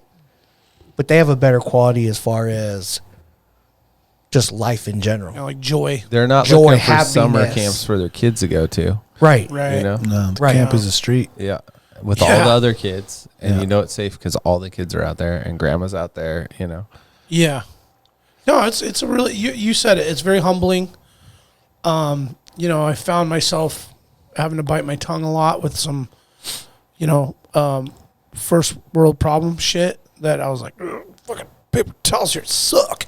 Right. This Right. toilet paper here sucks. Right. Well, You got in it's just trouble what- with wet wipes, bud. Oh, I brought stuff. I brought my own toilet paper and wipes. I mean, I bring You kids. did? That's a lot. Yeah, I did. For 3 weeks? How many is that? No. I brought it for traveling, and then I went through a roll and some wipes really fast because I kind of got You just brought one Costco thing? You got sick. I didn't get sick. I just Got Some squirty? didn't match you up just eat Your body's adjusting. like after Yeah. this trip in Boracay when we got to my mother-in-law's place. We just ate so savory and everything was just so That's why. greasy and juicy and like There's no man, preservatives in that. Oh, dude, man, it That's just real kind of food. runs through your body for a couple of days, and then Yeah. you kind of adjust Yep. to Yep. it, and then For and then sure. when you go to restaurants, it's kind of like, well, how long has that chicken been sitting there and shit? Oh, It's yeah, like, dude. you know, and it's like nothing ever bad happened. It's just, you know, refrigeration isn't the greatest there. You know, like you don't get ice in your drinks. If you do have ice in your drink, the shit melts in 5 minutes. You know, stuff's just not. And the ice Right. is from the water there. Well, yeah, and then you're like, you don't want ice in your water. You know, you don't actually order a drink with ice in it Right. because you don't know if it's purified drinking water or if it's just tap Right. water or well water or whatever. But to your point, though, you're correct. Culturally, the society there, while there's a lot of people with not a lot, and I mean money, houses, cars, transportation, maybe healthcare for their children. I mean, there's a lot of things, but they're happy peoples. And right. I think if they get a cup of coffee and 3 meals a day, that's a win. And 10 toes down, you know, it's a Right. win too. But How's the seafood? Like fish? it's good. It was fresh all the time. I think I was telling you earlier today at lunch. I was like telling my mother-in-law, hey, man, it'd be nice to get a fresh piece of fish one of these nights for dinner. And it's like, oh, we'll stop on the way home. We're coming back from a spot we went up into the mountain to where there's a river and then there's a waterfall. Waterfall drops down and they have a pool built, so it's a natural waterfall pool. It was really nice after swimming in the kind of dirty ocean and beach and all that to go up to like a freshwater pool. It was nice to swim around in that. That's where those little fish came from? Not from that pool, no. But we stopped on the way home, and the fresh catch of the day was these like 5 foot Dorado Ocean fish. mahi. Okay, Oh, okay. nice. They had them all bam out on a table, flies everywhere. chopping them into steaks and chunks. And hell yeah. Yeah, we took 2 big ass steaks home and cooked those for dinner. Oh man, it was bomb. Hell yeah. It was the kind of Dorado that you'd pay like $700 to go on a charter in Cabo for. You don't get to keep it. And it was just yeah, exactly. And then there's just Auntie and the kids out there just chopping them up with the flies. And is there like any river fishing? No, I don't think they so. gotta have. I bet there is just not right? for eating, and so it'd be like kind of. Or it's way up in the mountain and no one likes recreation. Well, there was no sport fishing to my knowledge whatsoever. It's just locals fishing for a living. Yeah, there's not recreational fishing. Yeah, because for like the local, that's like a. Because I conjured up like a little, I conjured up catch and release going down. Yeah, just out there with these exotic trout. Like no. I bet there's something. Oh, I bet there's stuff to catch up in the rivers. Well, and then like conservation management is not exactly a. There are wild animals running around. Yeah. Oh, you know what I saw? A tiger, which was cool. No, a lot of stuff's extinct there. Because of improper management and conservation in the past. Oh. Right? They didn't, so there's no white rhinos? Didn't see any white rhinos. Elephants? They got cats. Definitely not. Cats. They got lots of cats and dogs. Lots of feral cats and dogs. But what I did see, which was really cool one night, I wanted to share this. I'm sitting like right at dusk. And what's really cool at dusk is the fruit bats come out. Right when the sun goes, right before the sun goes down, and then it goes down, and then that time before it goes full pitch black. And Salma Hayek comes out. Yeah.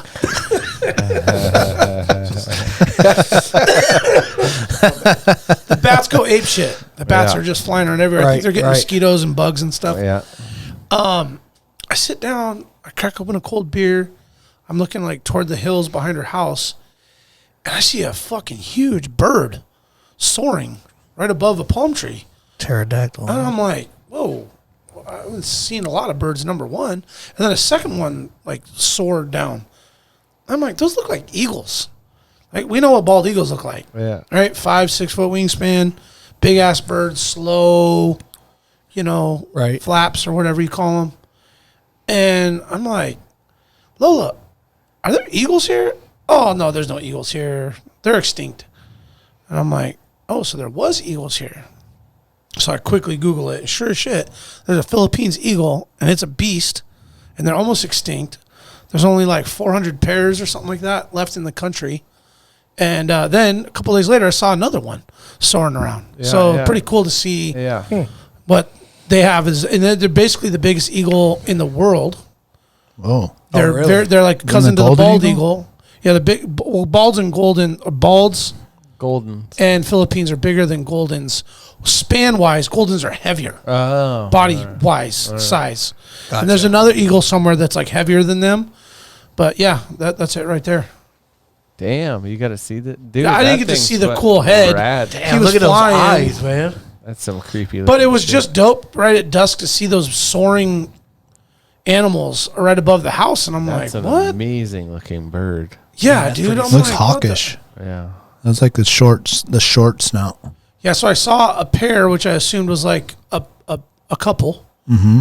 And then I saw a singular one full middle of the day soaring around with this bright head. So I was like, oh, that must be like that with the neck, like almost like a vulture looking type. Yeah. I saw that exact view. One flew right over a water park we were at, dude. And I was like, oh, what? Soared right over the top. So there's probably more than 400. Well, 400 pairs would be 800 birds. Yeah, but they're not out there doing counts. No, right. And so I asked the cousin who's a farmer full time.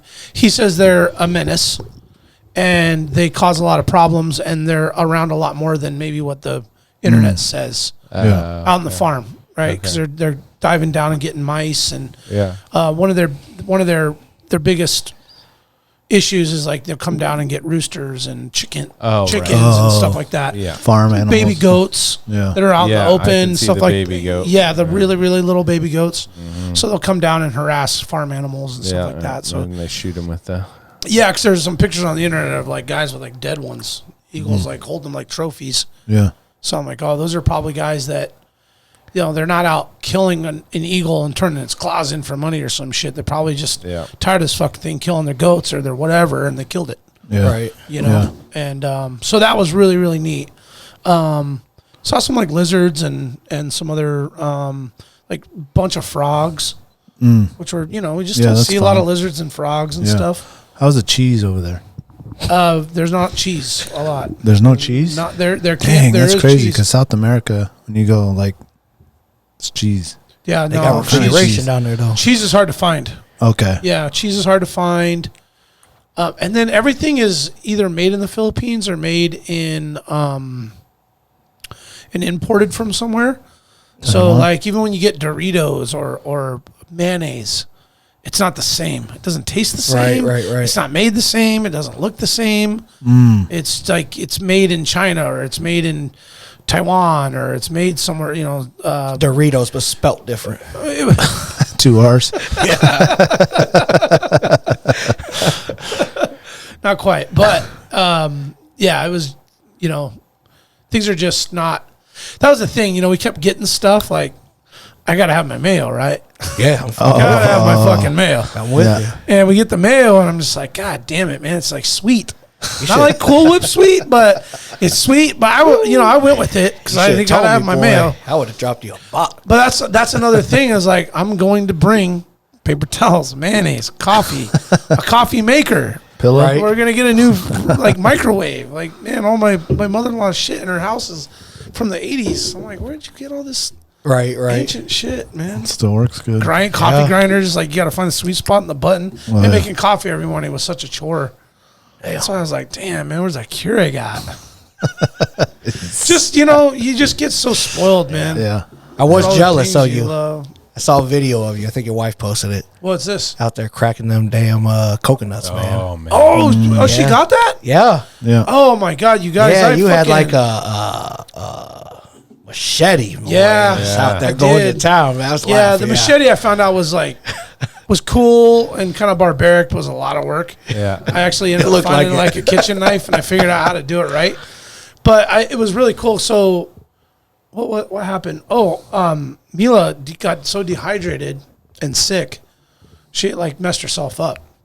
Gotcha. And so Francis like calls this uncle from the barrio over, and he comes over with this big bamboo stick with a rebar shaped, like, you know, jerry rigged hook on it, and he's gonna come pull some coconuts down. And I'm like, oh shit, this is cool. And I'm like, all right, well, I'm gonna help him out. And so he comes in and he's got his pole and he's kind of stumbling around, and I'm like, he's kind of an older guy. And he comes and shakes my hand, dude, and he looks hammered. It's like 10 o'clock in the morning. And I'm like, Francis, she's like, he's drunk. And I'm like, oh shit, man, this is going to be fun to watch. So I'm sitting in the lawn chair watching this dude. He gets that pole up there and he's doing this, and he hits 4 or 5 of them down, but then he's so worn out and disoriented. Now he can't like Open them up. confident. He's had like a legit sharp machete too. He had a good one in a case and all this. And he's like, I gotta come back. I gotta go take a nap. And I'm like, well, my kid's dying. So coconut water's great for hydration. So it has natural electrolytes and all that in it. So I'm like, well, I'll crack these shits open. So the first 2, I used the machete, cut my finger, got weird, and like had to cut. I didn't realize you got it with a coconut. It's encased in like a green husk. Husk, yeah. Right. I didn't realize that. So I'm like hacking. I'm like, Lola, I got this thing open. She's like, no, you got to get the core, the coconut. Yeah. I'm like, oh shit. So I Google it. I'm like, all right, this is how you do it. So I got a knife and I actually cut strips, stripped them all, peeled them out, and then found that soft core in the top. Yeah. And then took a knife and carved it out, and then I dumped it. And I got 3 pitchers Out of one? No, out of all 5. Oh, okay. Of coconut water. Oh my God, man. It's so good. The best. Isn't it wild? how different it is straight from the coconut versus It's crazy. Oh my buying like goodness. coconut water at You the store. can't get it to taste. And like I'm that. telling No. you drink like an 8-ounce glass. You can only 5 drink minutes, an 8-ounce rice. but I can't drink a whole bunch of that, dude. oh, I love I it, chugged man. it because I was, by the time I was done, I was so hot and I was sweating. I dehydrated myself. Right. So I drank, I think it was a pint actually. It was a pint glass. So she had brought a beer glass down there. I drank that whole shit. 10 minutes later, I was a new man. And I'm not over exaggerating. I'm talking right. like that shit hit the bloodstream Yeah. and It's one of the best. so then I look it up. It's like an alternative to a sports drink. Yeah.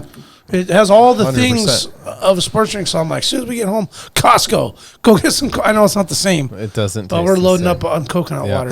There's one. you had it before? Send it to you. I had, but like, I didn't realize it had all the nutritional value. There's one do brand. it. I'll send it to you, but it's not at Costco that actually tastes like the real one.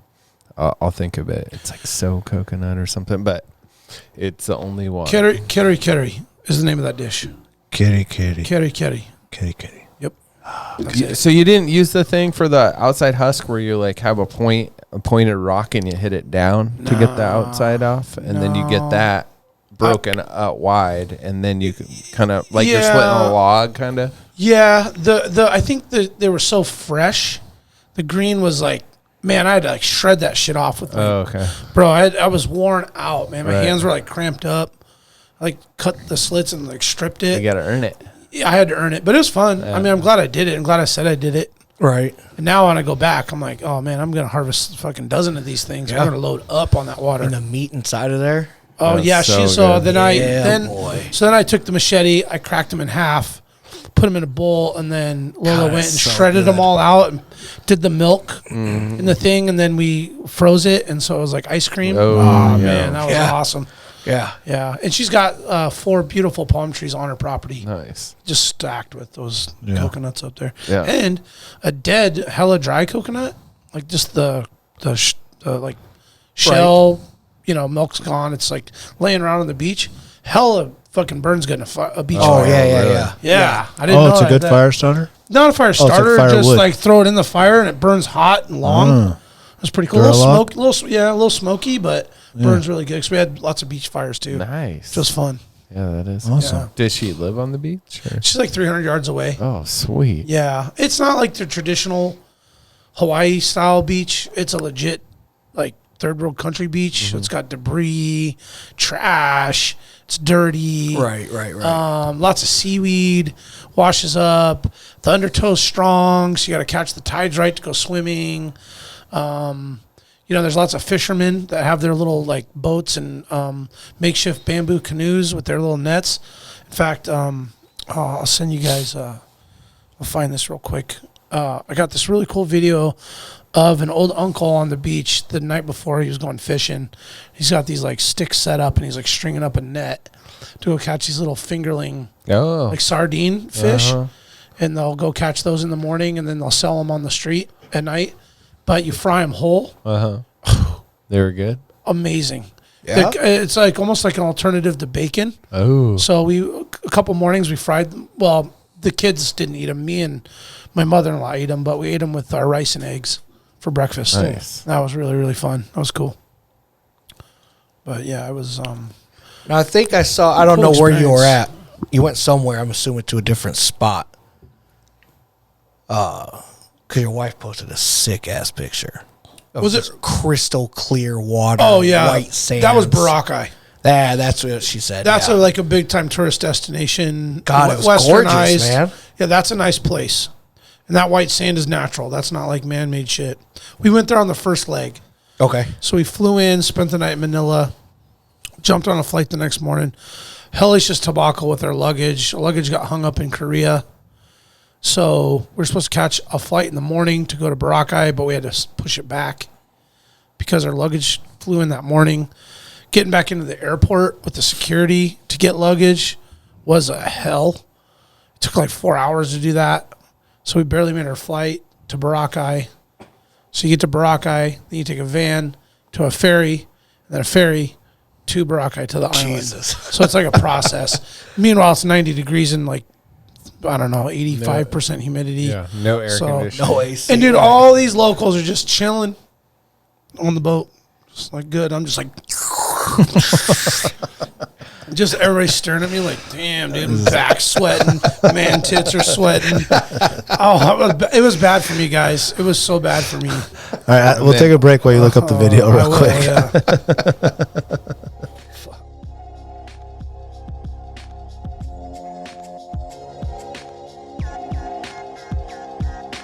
Big Ray's, the Alaskan outfitter, committed to outfitting Alaskans across the state since 1947. Whether you're a recreator, parent, guide, or corporate buyer, Big Ray's has the gear you need tailored for Alaska's harsh conditions. At Big Ray's, you'll find brands like Carhartt, Grundens, Darn Tough, FXD, Okiwear, and more. Big Ray's is your one-stop shop for both outdoor gear and rugged work attire. Check out their new exclusive line of durable but affordable waders, inspired by and named after the majestic Aralik River in remote western Alaska. The Aralik wader was designed by Alaskans and proven for the diverse waters of the last frontier. Visit Big Ray's at any of their 5 locations statewide, 2 in Anchorage, 2 in Fairbanks, 1 in Kodiak, or check them out online at bigrays.com. Tailored Restoration, helping Alaskans turn disasters into new beginnings since 1972. Their 24-hour services include fire, water, mold, post-emergency cleaning, and repairs. Tailored built its reputation with years of committed and reliable service to the community with innovative restoration and home remodeling. When you have an unexpected home issue at the most improbable time, Tailored has an emergency response number with trained professionals available to help you anytime, day or night. Tailored Restoration has locations to serve you in Anchorage, Eagle River, Matsu, or Fairbanks. Give them a call at 907-344-1239 or make an appointment today at tailoredrestorationalaska.com. Total Truck, Alaska's premier supplier for custom automotive accessories and overlander products. If you want to customize your vehicle, talk to the team at Total Truck, where you'll find their expertise along with top brands such as ARE, RSI Smart Caps, Goose Gear, iCamper, Frontrunner, Rigid Lights, Rhino Lining bed liners, and everything you need to outfit your truck or SUV. Want to turn your truck into a sleeping option? They have rooftop tents, custom camping equipment, electronics, and solar energy packages to keep you powered up deep in the backcountry. Stop by their store location on Dowling between the New and Old Seward Highway, or check them out at TotalTruckAK.com. Daniel, you've been enjoying the greens? Adrian, you want some? No, I'm greens? good. I still got Oh, some yeah. left. Thanks, man. The local greens? The local greens, dude.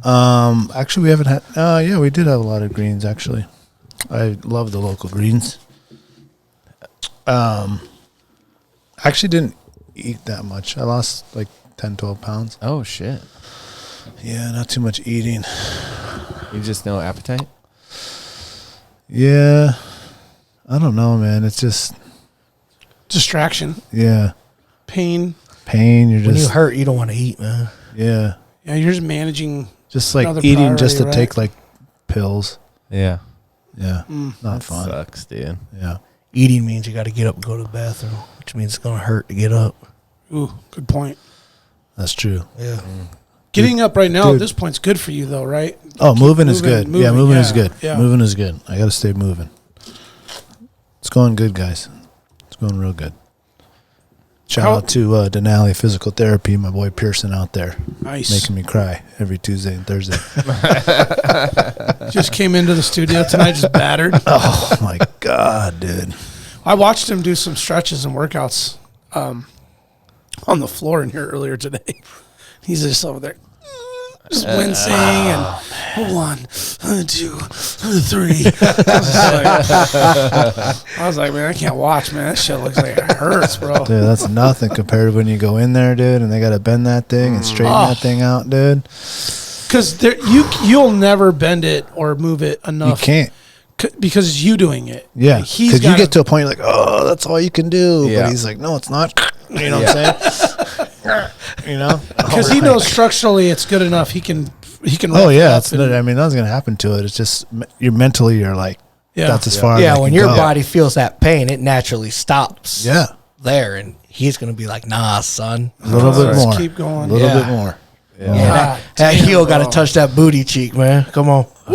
We're away from that, dude. What were you guys talking about? The scar tissue cracking? Like what? Yeah, it rips, right? Is that after the surgery?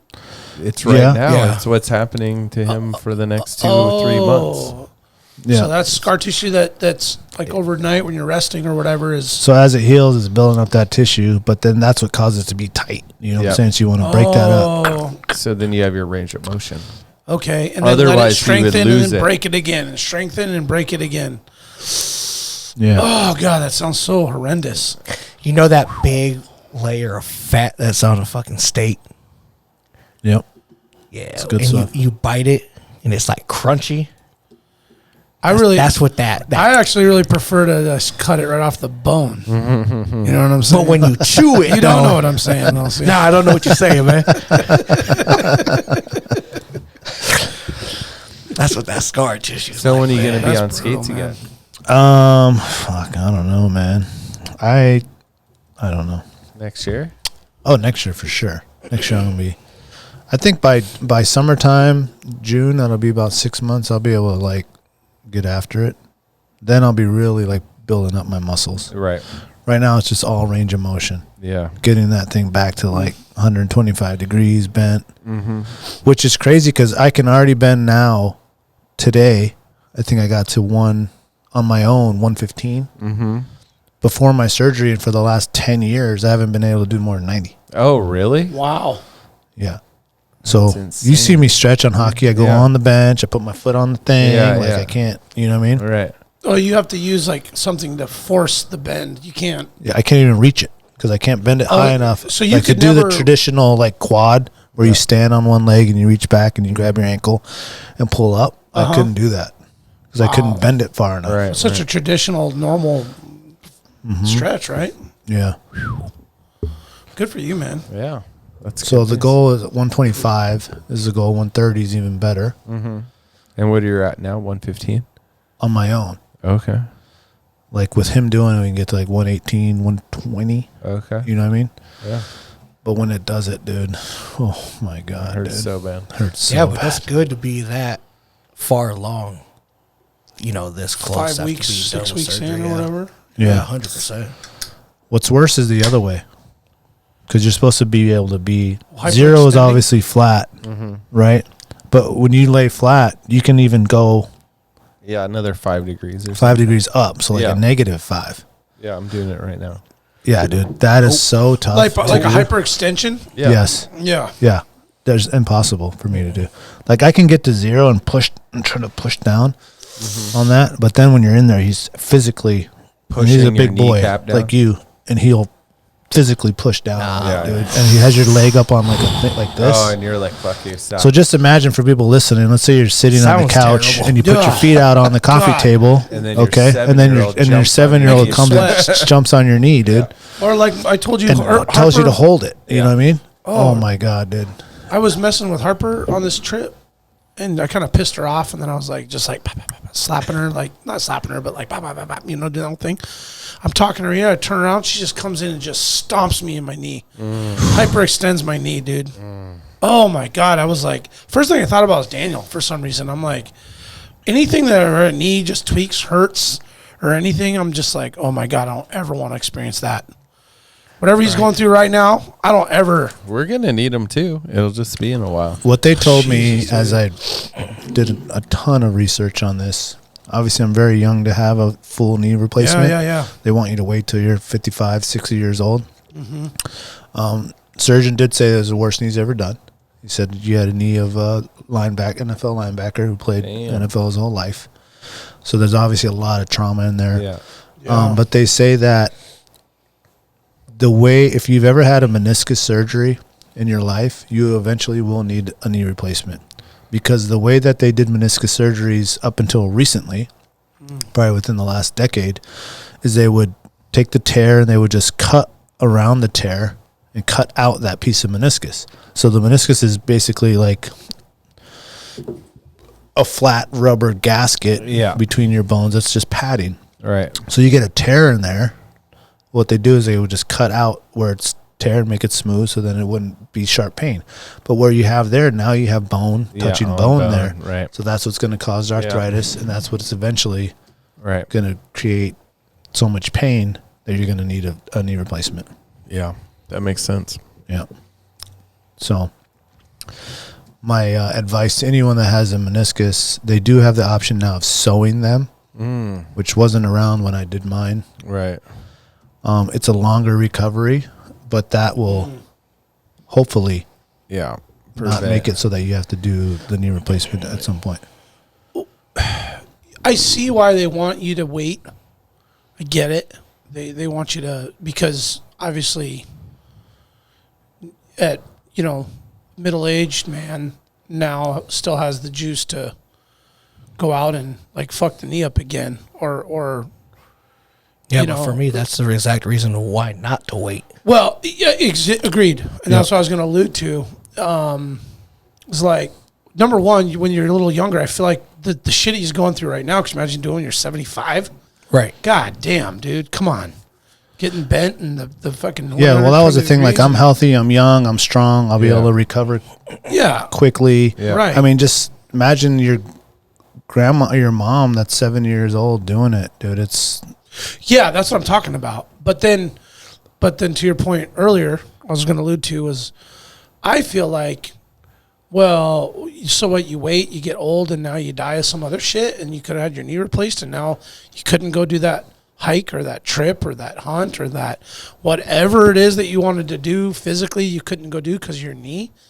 Because you were waiting. Well, that's why I didn't do any mountain hunt this past year. You've seen me on the hunts. You've seen me on the hunts. I got a limit. It's insane that you even can do it.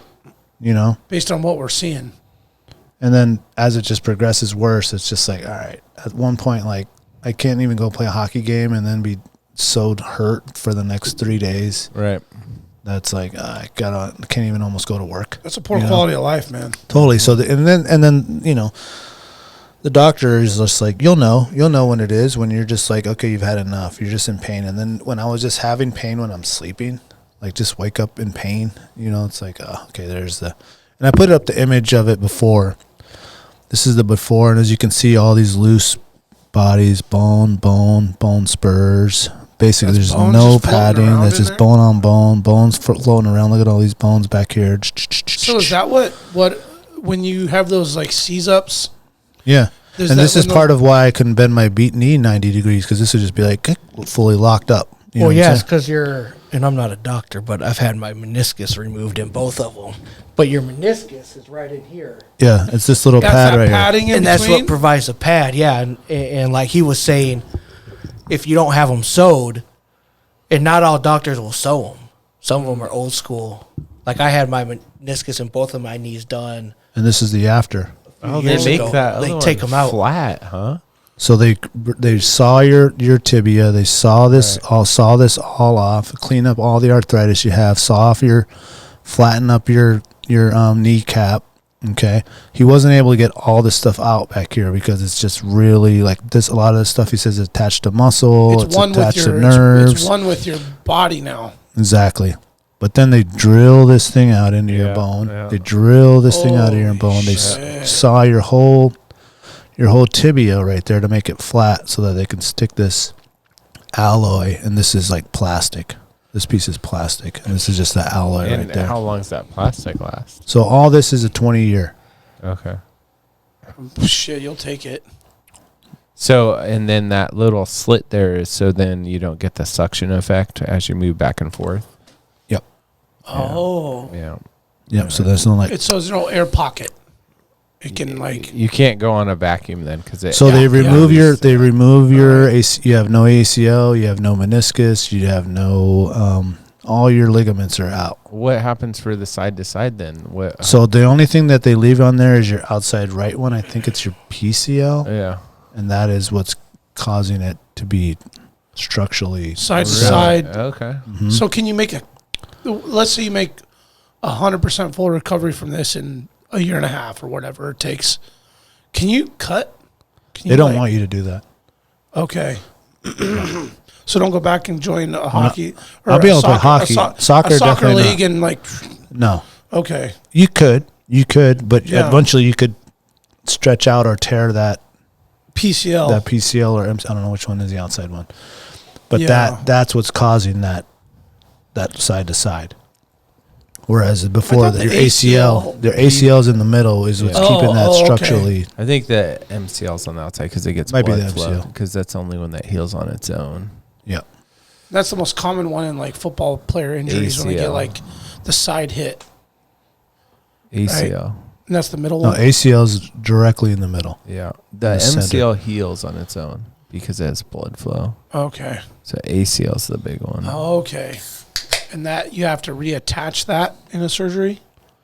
An ACL It sounds blowout? like they didn't do it here. In though. an ACL, if you have an ACL surgery, if you tear your ACL, they totally remove it. Okay. And then they put in either a cadaver okay. or they put in a piece from somewhere else in your yeah, body. like And make Achilles one. or something, right? Yeah. There's different yeah. ways to do it. A strand from somewhere else. Yeah. And that surgery is almost worse. It's not as painful. Like this is probably the most painful you could do, but the recovery of ACL is definitely like 1 year. Yeah, 1 year. Yeah. Oh, yeah. And that's 1 year. I mean, you watch athletes that get them, they're really not right until the second year. Like they're structurally there, but then they need their confidence and strength and Yeah. all Yeah, the that stuff. confidence is the main thing, dude. Mm-hmm.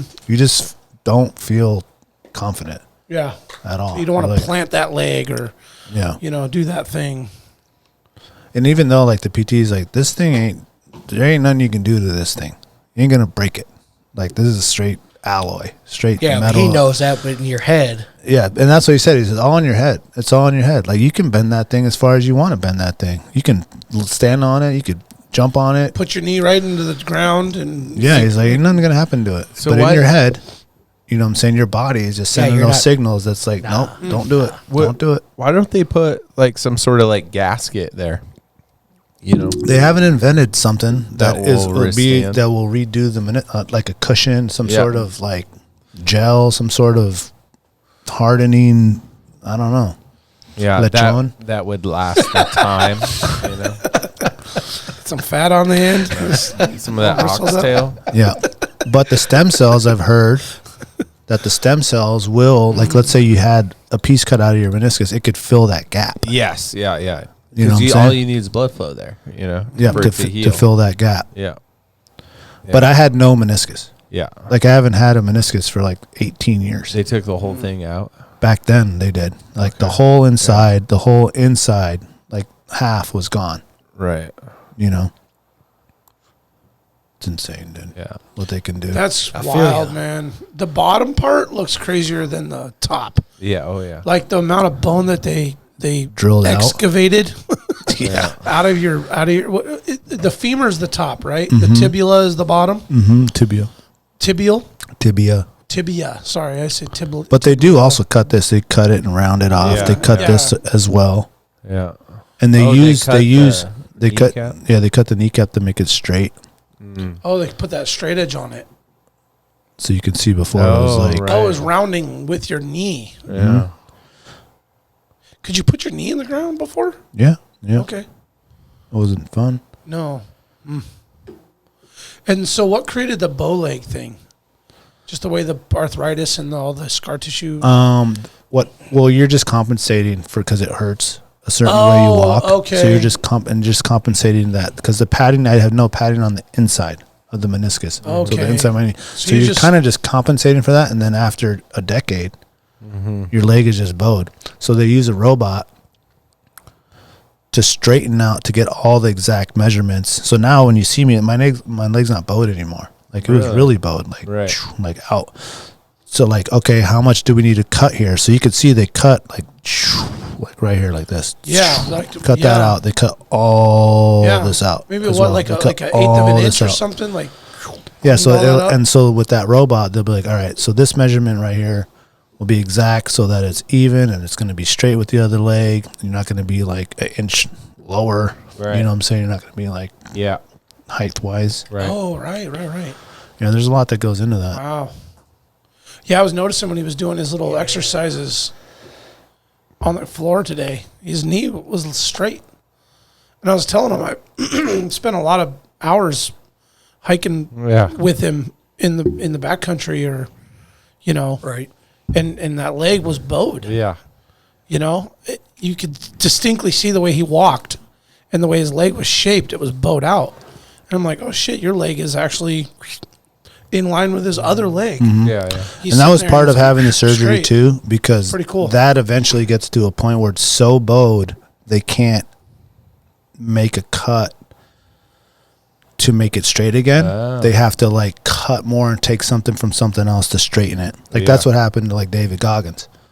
Like it was so bad, they ended up having to like put another piece on there to make it like straighten it back out. Yeah. Who's Goggins again? He's just an insane human. Oh, he's the military dude that makes Yeah. those sick videos and shit. He does like world record everything. Yeah. Okay, I Not totally because remember he's who good he at is. it, because he is the fucking heart and soul and Yeah. grit and salt and everything to do it. Yeah. He will do it, even Yeah, if he's yeah, not yeah. better Yeah, than you. the mental fortitude to just That's ignore right. the pain. Yeah, I know. who he Yeah, is. he's Yep, a yep. bad motherfucker. Yeah, no, he's motivating for sure.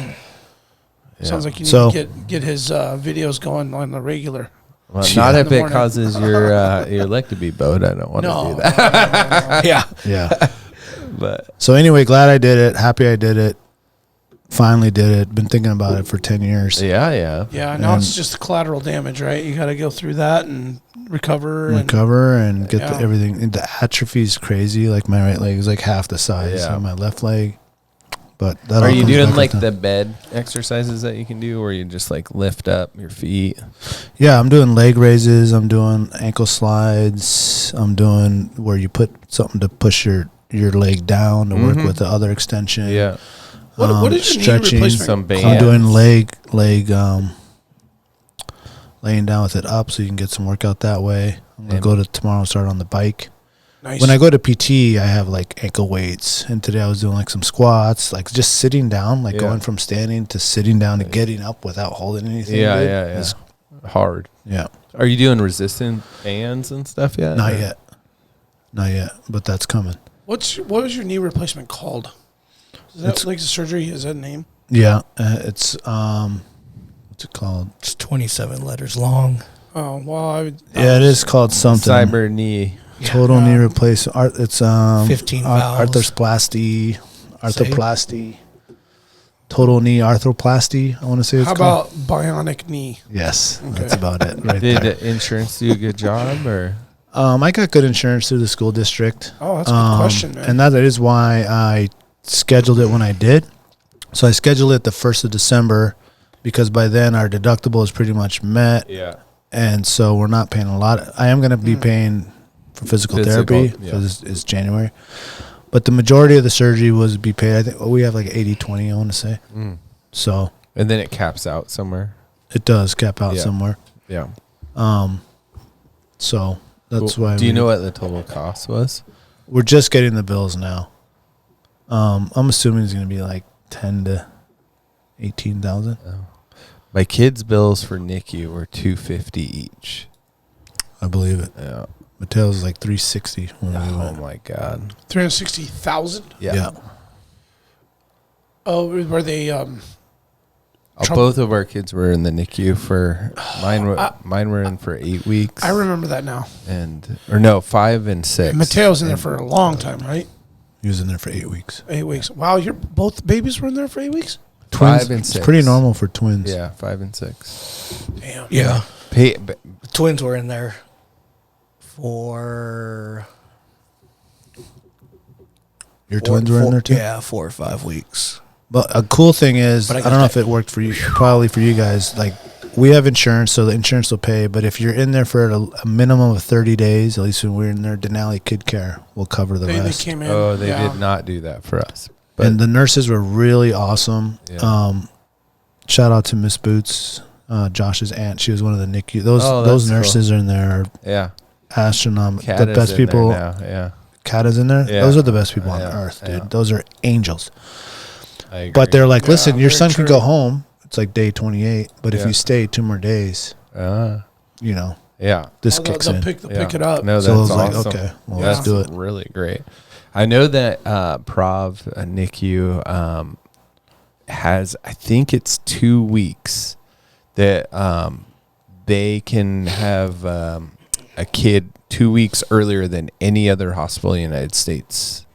Yeah, we were and at prom. have them because of the quality of their EQ system and their doctors. And I don't know exactly why. I know that the other universities don't have the answer to why, and they send their people to the NICU to watch what they're doing. Our NICU. Well, and when you go to Prov, it's been a while, but that child section is legit. The Providence Children's Hospital is a legit. Yeah, I was impressed. World class children's hospital. Yeah. There's not much that they can't do for kids up here. They were awesome. That's amazing. Did you have some trivia? No trivia. Tonight? We can pull trivia if we want. We hit trivia twice. I have old trivia things we can look at. Let's pull up one trivia because we want to bring something up. Did we do the second break? We did, right? Well, I wanted to show you guys. We're gonna talk about life that. hack that I figured out. Oh, your life hack. I want to know about that too. What we did, what I did, my trip. That's what I was gonna ask about it. So yes, we want to. But real quick, you did send the pictures. You wanted to send Brandon the picture of the dude. Is it this video? Oh yeah. Oh, yeah. We could watch this one real quick. Yeah. So that's like a good depiction of the beach. Oh, this that's is across from Lola's This is place. your video. Yeah. Okay. So this is he's like mending. Yeah, it's about maybe 30, 45 minutes to sundown. He's getting his nets ready for tomorrow. And that thing in the air is his boat. No, that's a shade. Yeah, it was a sunshade. Yeah, and you can just tell how like meticulous and tedious this little net. These are one of the nets that they throw. He doesn't go to LMF and like go. No, he builds his net. No, dude. He goes out with like with the boat, and they like swim out and set these things with a buoy and. Oh, so they're dropping them. Oh yeah, okay. No, they don't just like drop it out the boat. Like they swim. Oh, they swim, cool. And they swim them back too. Yeah, dude. With all the fish and no life jackets and shit. Yeah, dude. How far are they going offshore? Oh, you can see them offshore. They look like they're probably about a mile or two. Wow. There's the Dorado. Yeah. Just on the side of the highway. Oh yeah. Oh, nice hair, dude. The homie? Yeah, dude. Yeah, he's helping out his empty. Oh, that was chicken. Hey, that chicken got them down ankle monitors on. It was funny, man. Asked this good dude if I could take his picture. This is the end of the I went to a cockfight. And this is the end of the venue. And I asked this guy, I said, can I take your picture? He said, yeah. And then his bird looked at me too. I was like, that's perfect. I was like, hell yeah. You can see like a bird. You see the pile of shit over there on the right? Yeah. That was a bird that lost his fight. Oh, really? Yeah, he got stripped out and turned into fried fried chicken. What's up with the ankle thing? That's probably covering the spurs, right? Or the razors? That's what I think. Yes, correct. Yeah, they don't fight with the razors? They do. They cover it. They cover them when they're not fighting. So they put a little sheath. They put a sheath on there. Well, or they just don't cut each other or themselves or you. And so you went to this thing? I did. Was there like gambling going on? Oh, fuck. It's super organized. Whoa, what's going on here? So this was. Oh, that's right. So those are called jeepneys, and these are old school transportation service vehicles from like the 70s or something. They're still around.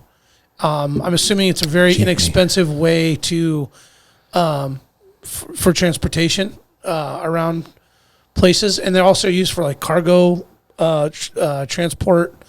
And this one freaking said Alaska on it. That's crazy. We were at a random market, and Rena's like, are you kidding me? That says Alaska. And I was like, holy shit. I jumped out real quick and took a picture. I couldn't believe it said Alaska. I don't know why. I didn't get to ask the guy. There's like a million things going on around that moment. And there's that jeepney like food truck in town. Jeepney. Looks like the plates expired in 12 though. I don't think they're enforcing anything.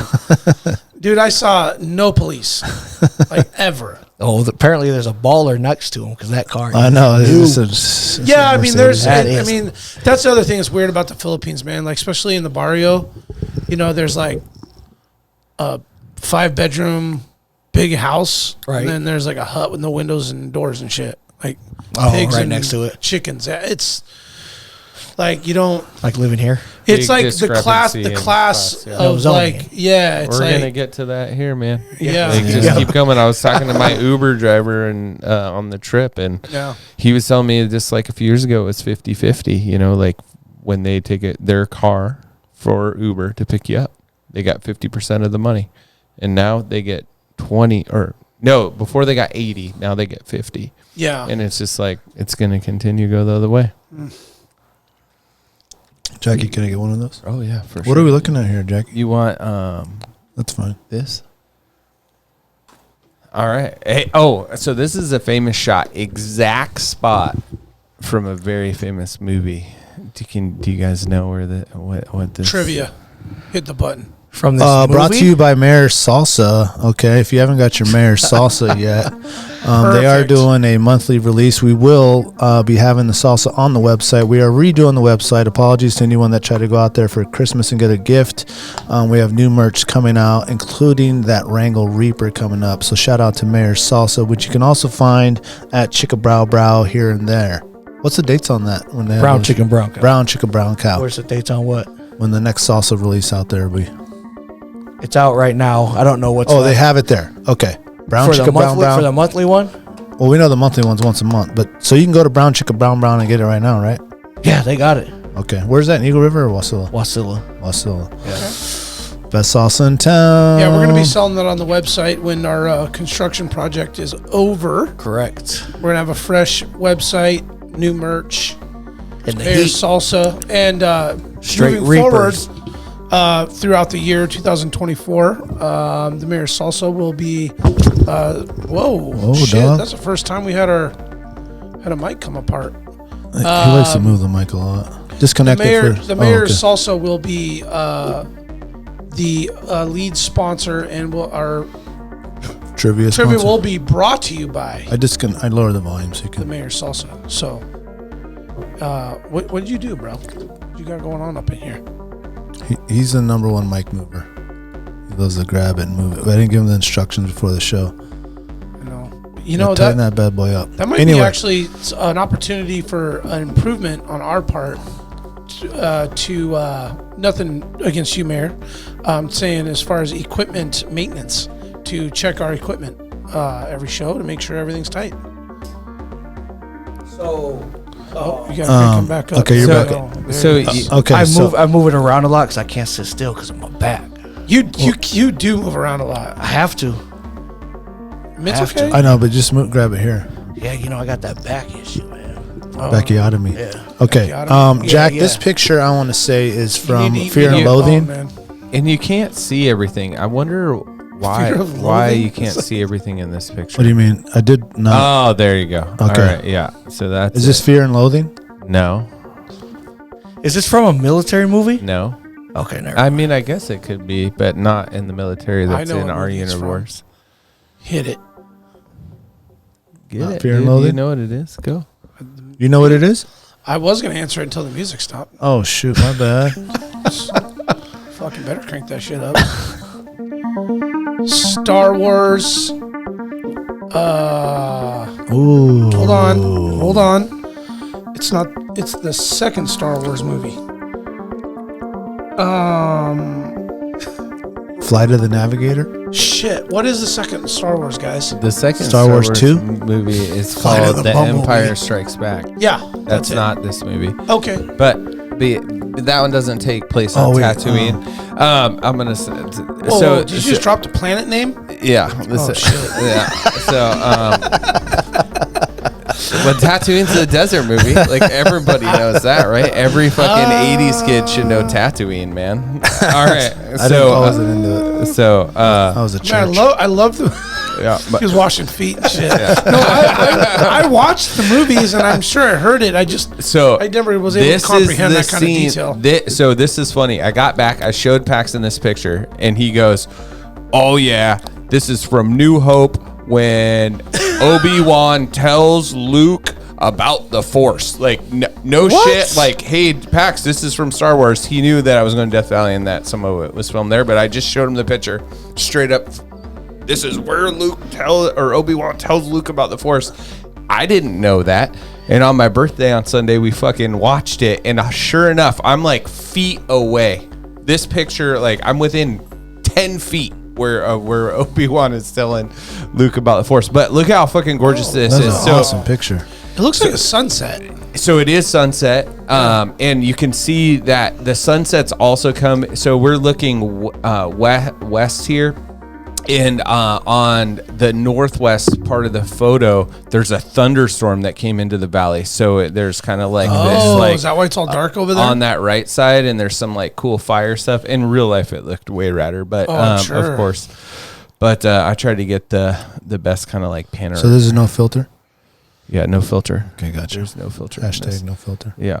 And then so Don't we fake had it, people. I don't know if you guys knew, but in Death Valley in the fall there were some really bad floods. And that lake has been dry for like 100 years or something. And it's, I'm not sure exactly how long, but a real long time. And so you can see the reflection on the water up there. But if you look at everything else that looks white, that's all salt. And it's called the Badlands. And you can walk around down there and it's like walking on snow. What? And it's thick, thick, thick. All that is like all this? All That's that water on the right side though? Yeah, and on the far right too, where it looks like a river, that is all salt too. So the only part that is actually water is where you see the reflection from the sun. Yeah. So I thought that was salty? really cool. Where's water? Salty. I mean, I didn't drink it, but yeah, absolutely. That's valid. And what's cool is like under the water there, you go walk in the water, it's all salt under the water. It's so salty that the salt can't go in solution anymore. So it's just like crystallized. Yeah, thick. Like, I mean, feet of salt. Is that where the salt trout come from? Smoke them fuckers up. That's beautiful. Yeah. That's a great photo, bro. So that was cool. I like this picture a lot. So, pretty sick. so this is really rad. So, just a little bit about like what we did. So I love the ocean. I love to surf and stuff. But Hawaii is just like a little too much, and I wanted something new. I commend you for doing that, man. Hawaii's gotten out of control. It is. And it's kind of so cliche too. Well, what's also the problem is like I try to surf, and you're either like surfing with like a lot of people that don't know how to surf, or the locals are really angry for you being in the waves with them. And so the whole time I'm trying to do this thing where you're connecting with the earth, like surfing's all about that. And then you're like, feel like you're going to get in a fight. And sure. I'm not even, I have like anxiety trying to catch a wave because I'm like, am I stealing someone else's wave? So I was just like done. And then the touristy shit in Hawaii is just too much. So I wanted something new. And expense. It's very expensive. It's gotten out of control, dude. So I wanted something new. And so we have found like a new hack. So one of the things I like is direct flights. So there's a direct flight to Vegas. It's a good time. It's not like too crazy. Who flies direct? Delta or Alaska? What? I didn't get direct. Yeah, we got direct both ways. You didn't stop in Seattle? No, it depends what days you go, but there's like 4 days a week that there's direct flights. Must be Tuesday to Wednesday. Are they like shitty times? The one down is a red eye, and the one up I was left 7, so you get a full day in Vegas PM. Oh, that's nice. And then you arrive at midnight. So it's that's pretty real nice. Yeah, I'll take that. So I mean, you Maximize go your to time. work the next day or whatever. But anyway, so what I wanted to do was like, I wanted to catch some sun, and I wanted to go explore places that are rad. And so I just had nerded out a little bit about Death Valley. Who's the hottie? That's Darcy holding up a boulder that was going to fall on me. Old Darcy a lot. She's like, You got some tomatoes in there or what? Some peppers or what? Onions? Apples. Onions? I think those are oranges. Oh, okay. Okay, getting your vitamin C. Yeah, Okay. we bought a lot. So we bought fruit. I don't know. We bought a bunch of fruit, veggies, and like Italian meats, and like just went. Nice. Salami and oranges. Let's go hike. So what was cool was and also good time because it's not that hot right now. No, so totally. Death Valley is the hottest place in the world, which I didn't know. 134 degrees, fucking crazy. Frying pan. But when we did our research, it was like, oh, you go in December or January, it's like 65 during the day and like 40 at night. And I was like, perfect. I'm gonna sleep like a dream, and we're gonna get out. Yeah, I don't mind it's it being cold. sunny. You know, I wanted to go somewhere that I knew we were gonna get sun. Some vitamin D. And it is like legitimately being on fucking Mars. Like every corner in one of these canyons or ridges, like it turns into a total different geology. Like these sand dunes are just fucking in the middle of nowhere. Whoa. So at the beginning of New Hope, when R2D2 and C3PO are like trying to find Obi-Wan and they're fucking arguing and shit. This is the exact sand dune. We found the exact spot. Was Spaceballs filmed here too? I don't know. I haven't seen that. I sure hope so. Look it up. I bet it was. Is there ATV truck? Are people riding? No. So those are just all people walking around. Oh, okay. The big ones are sleds. So these other people. So there's this hack where like these people that live in Mammoth with Ski Town, like kind of like Girdwood, can drive 2 hours to here. So they'll be in, Snowy 10 feet condition. of snow, cold as shit, and they want to have a nice weekend. They just drive over here. They bring their sleds and they sled. The kids are all sledding down these Like sand sledding dunes. on the snow? I've seen people ski that It too. was awesome. Yeah, they're not big enough for skiing, but you could definitely. I mean, this right here looks like you could. You get like one turn. I wouldn't bring my skis for that, but They got the sledding sand is skis? good. Probably. I know there's sand boards. Oh, the other cool thing about walking through these sand dunes, this is our way out. We were one of the first people out in the morning, and there had been this big wind, so it was pretty smooth.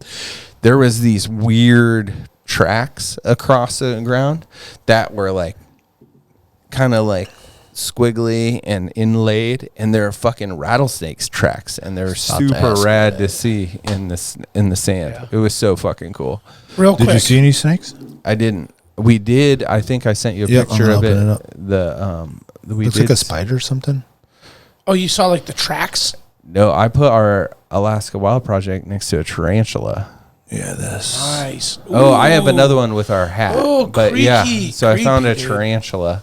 That thing's huge. Whoa. That's that's alive? Yeah, that's a live, Holy huge. shit. I have one with a hat. Let me. Look how huge that is. It's fucking giant. I put the hat right. That's next alive to it. right there? Yeah. Did you touch it? No, Dude, how big is that? That's what I'm saying. Like a big. Well, I you have didn't something want- I that. think they're like harmless, aren't they? No, but I didn't want to. I didn't want to. Some of those eat birds. I'm sorry. Go ahead. No, I mean I think It's if you not pick gonna them fuck up with and me. shit- I didn't want to hurt its legs or something. Yeah, well, So totally. I was just like trying to be gentle. I did not Yeah, care look about. up like the bird. There is one. There's It's a called the bird killer. Goliath bird-eating tarantula is the name, and it is a giant tarantula that eats birds. But this isn't that one, and I wouldn't be scared of that one, dude. I'm not a fucking bird. Like it's not gonna. I'm eat scared me. of spiders I don't fuck with spiders. and snakes. Yeah, so I've had a run in with these camel spiders, man. I don't I'll send you one with mess the hat. spiders. Oh, okay. Give it a little Is that over perspective. Yeah. Middle East? Send it to the That Joker laptop. Camel? I just spiders? texted. Camel Okay. spider. For the record, Spaceballs, 1987. I'll just get it here. Return of the Jedi. Jarhead were all filmed in Yuma. Yuma, Oh, Arizona. that makes it look way Is that where you smaller, were? dude. No, Where there was is desert? probably a part that was filmed in Yuma, but Okay. no, I this didn't is know if Death that's Valley, California. Okay, so that's where those dunes were? Yeah. Okay. I was just hoping Yeah. Spaceballs. So were I filmed think there, that the majority of the scenes in A New Hope were filmed here. So like we're like, Oh, okay. When That they're gives it a walking lot up- bit more perspective. There you go. Okay, There you that thing go. looked massive. it's pretty big. I mean, it's as big as Nice my hat. palm. No thanks. That's why I don't mess with spiders. Nice anymore, hat. man. Yeah. Speaking of hats, we got some Oh, sick man, you took hats the coming. good. Sick. Right on. Okay, so just to track back a little bit, I was kind of telling you guys like what we figured out. So I'll send you more pictures here in a second. But one of the things we figured out was that there are 13 parks, national parks, within like 3 hours in 3 hours and 30 minutes of Vegas. And so we were like, okay, well, we'll go hit Death Valley and Joshua Tree. We'll rent on Outdoorsy a van, like camper van with a bed and a cook station and all that. And I kind of I see all these like Sprinter vans around town, and I'm like, oh, those must be better than like the Dodge and Ford version. So, or Winnebago. So those were 125. So I was like, okay, well, we'll just try those out. So we flew into Vegas, saw a comedy show. We went to the Absinthe show, which was fucking amazing. Hey, we went to that. That is awesome, It was dude. so cool. Like absinthe, like the drink? Yeah, but it's Okay. like a Spiegel World tent. Okay, so show. here, oh shoot, sorry. And So we got Sloan. so look up to your left. We got Red Rock. Okay, so here's part of that story. So what I was talking about was all national parks. Well, it turns out that there's a shit ton of state parks in Nevada, in Utah, and California and Arizona within the same distance. So you're not actually like only going to like 13 parks in that area. There's like 20. So the first night there, we went to a comedy show, and I met this dude there at the comedy show who's an amateur photographer, and he's a retired guy. And he was like, oh, don't go to Joshua Tree, do Death Valley. But he's like, we have a state park here that will blow your fucking mind called Valley of Fire. And that is within 1 hour of driving in Vegas. So it's you can see it right there next to Lake Mead on the northeast. Oh, that little one. Valley of Fire. That is insane. It just like Death Valley feels like you're on Mars. I mean, this is the same thing. Valley of Fire right there. So, yeah. And this place, it will blow your fucking mind. And what's cool is there's desert bighorns in both of them. So I was like, no way. Yeah, I could smell them. I had seen shit. I was like, we're getting up earlier tomorrow so we can find them. But this place is pretty insane. This is just the entrance. This is like not really what it's about. I mean, it's so cool though. Yeah. So it's like this. And then. Is that snow? Or no, it frost looks or like white rock. Like that's salt. Hoarfrost. Okay. It's salt. Them damn whores out there, man. That's in the city. My favorite kind of frost. What was crazy is I was picking. That's on the sidewalk. Snail tracks. We would be walking in these like little canyons, and I would find like very fresh tracks, obviously very fresh, and you'd start like seeing shit and smelling. And I was like, I want to see a desert bighorn. Let's walk up here and be walking, and I'd see like a weird looking kind of looks like shale rock, and I'd be like, man, that just like, why is it black, red, and white? And then I would break it, and it would break in half, and it's all salt. And it was like those desert bighorns were coming down there to probably lick the salt. Yeah, it was super cool. Never got your eyes on a sheep? No. Okay. No. It's just spiders. You keep going. Have you There's seen way one? cooler stuff We go to a place in Saguaro National in Arizona, and they have like some desert horn that they're the desert bighorns. Yeah. God, those things are amazing, dude. It's crazy. Are they not natural to the area? Or they are, but these ones are like they're recover. It's kind of like the conservation thing out area? in Eagle River. Yeah. Not Eagle River, but Girdwood area where they're like. Oh, like a habitat center type thing. Yeah. Okay. Yeah. Keep going here, and if not, look at my pictures that I sent you because there's some stuff here that's unreal that they haven't showed yet. Oh, that was it. Maybe that looks like it's been in a movie. You gotta send me some more. I sent you more, like with us in like a canyon and stuff. Yep. I got it here.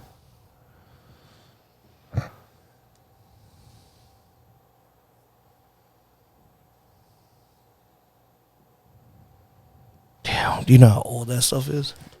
Oh, it's insane, dude. Yeah. I like history, man. So Ancient. I just think about like How it all developed. Cowboys and Indians fighting up in that joint. Yeah, man. You should read Empire of the Summer Moon. You read that? Do what? Empire of the Summer Moon. But do what with it? Read. Yeah. You remember how to do that? Or listen. Audio, whatever. Whatever. All right, You ever tried to that listen to an airdrop I audiobook? just sent you. Yeah. Daniel. I can't. Doesn't You pop up. drive every day. The laptop man. doesn't You pop just up. gotta. I can't do that. I listen to podcasts. No, it's just that. It's kind of the same thing. It's that same monotone. Jerry went and took out the trash today. And Christy said, Jerry, today's not garbage day. Like, shut up. You have a problem losing focus on it or what? No, it's just, it's not interesting. It's got to draw me in. It's uploaded. Well, Yeah. or you got to read it. You might be able to see. Did it? I think I sent As long as some there's more pictures. Death Valley ones above. It's loaded They're up. pretty rad. But we were walking on these ridges that were just insane in Death Valley as well. That it just out of this. It was like walking on Mars, but all within 2 hours of Vegas. Yeah. What a cool experience, man. Why are these? Oh, because they're live pictures. I think you press video instead of photo. I have it all set on live photo. Oh, well, that would make sense because then they just go fast. Like 1 second, 2 second. Mm-hmm. It's just so different than Alaska, but yet so cool. Yeah, look at this. That's awesome. This canyon that you're walking through. I mean, it's like a foot and a half wide. Like little hole cave things. You know what comes out of that hole? Rattlesnake. I was going to say that. That's cool. This is Slot Canyon. Yeah, this is me walking out of it. How was the crowd? So what was cool is like we picked like 7 to 12 mile trails. Like that one Prospect. That's a long hike, man. One other couple. I mean, we're done by noon. I know it's just a long way to go, but obviously pretty flat. Not a lot of like. No, there is a elevation gain. Okay. There's probably 1,000 feet each day. Oh shit. On those, Okay. but I mean that's Gradual? like, so Prospect was cool. This was 5.5 each way in and out, but then it tied to White Domes and Slot Canyon, which were like 1 mile hikes that like were crowded. So we walked from the other side up to this point, and I mean some of the coolest stuff was on the trail that no one was on. We saw on the day we did it when we finished at 12:30, no one would have been able to start and finish that before it got dark. And we only saw 2 other people on the trail. They started probably 2 hours after us. We saw them on our way back. So it was like no crowd. You kind of had it to yourself, you felt like. But all the popular places were very crowded, and then you just kept going, right? And so, but I mean, for us, like that's what we like is like 8 to 12 mile days. Like that's like pretty normal. Oh, so this is a nice rock. I thought that was a good one. Yeah. Cool. Are they pretty well maintained? Nice little chub rock. Oh, the Prospect Trail wasn't maintained at all. Well, I mean, like trash wise. Oh yeah, People I pack didn't out see their any stuff. trash Trash-wise, anywhere. no way, dude. It was super clean. Yeah? Everything was spotless. I think I found a Laguna's beer bottle in that canyon I brought out, and that was the only trash I saw. And That's good. But yeah, this hike was super cool. And it's just like out of this world, unbelievable that you get to go do this stuff. And what an awesome trip, because it's like we all want sunlight in the winter, and you can get on these trails and be by yourself, stay in the camper van that costs somewhere between $50 and $125 a night. You can camp anywhere you want. You just pull over, and that's the big thing about all these parks is like before you actually enter the park, you can boondock anywhere you want. So you can. You don't gotta reserve it 6 months in advance. The campgrounds you might need to, but if well, actually in Death Valley, you could there was only one reservable campground, and all like 8 of the other ones, or how many they were first come first serve. So It's pretty wild you didn't run into anybody. You would think that being wintertime, you'd have a larger population. in Death Valley, there's a shitload of people. Oh, were there? But in this Red Canyon or in this Valley of Fire, there's a ton of people just not on the long trails. Oh, gotcha. Okay. Yeah, they just go like a few miles They're or in the whatever. shorter- and Yeah, then- yeah. and then you go, and then no one else is there. That makes Oh, sense. got it. Right. Okay. Yeah, like on the dune pictures, there's people all over. Gotcha. Yeah. Okay. I saw all the tracks. It looked like a lot of people had trekked through there. Yeah. Got it. But if you're willing to put in a 4 or 5 hour day, Yeah.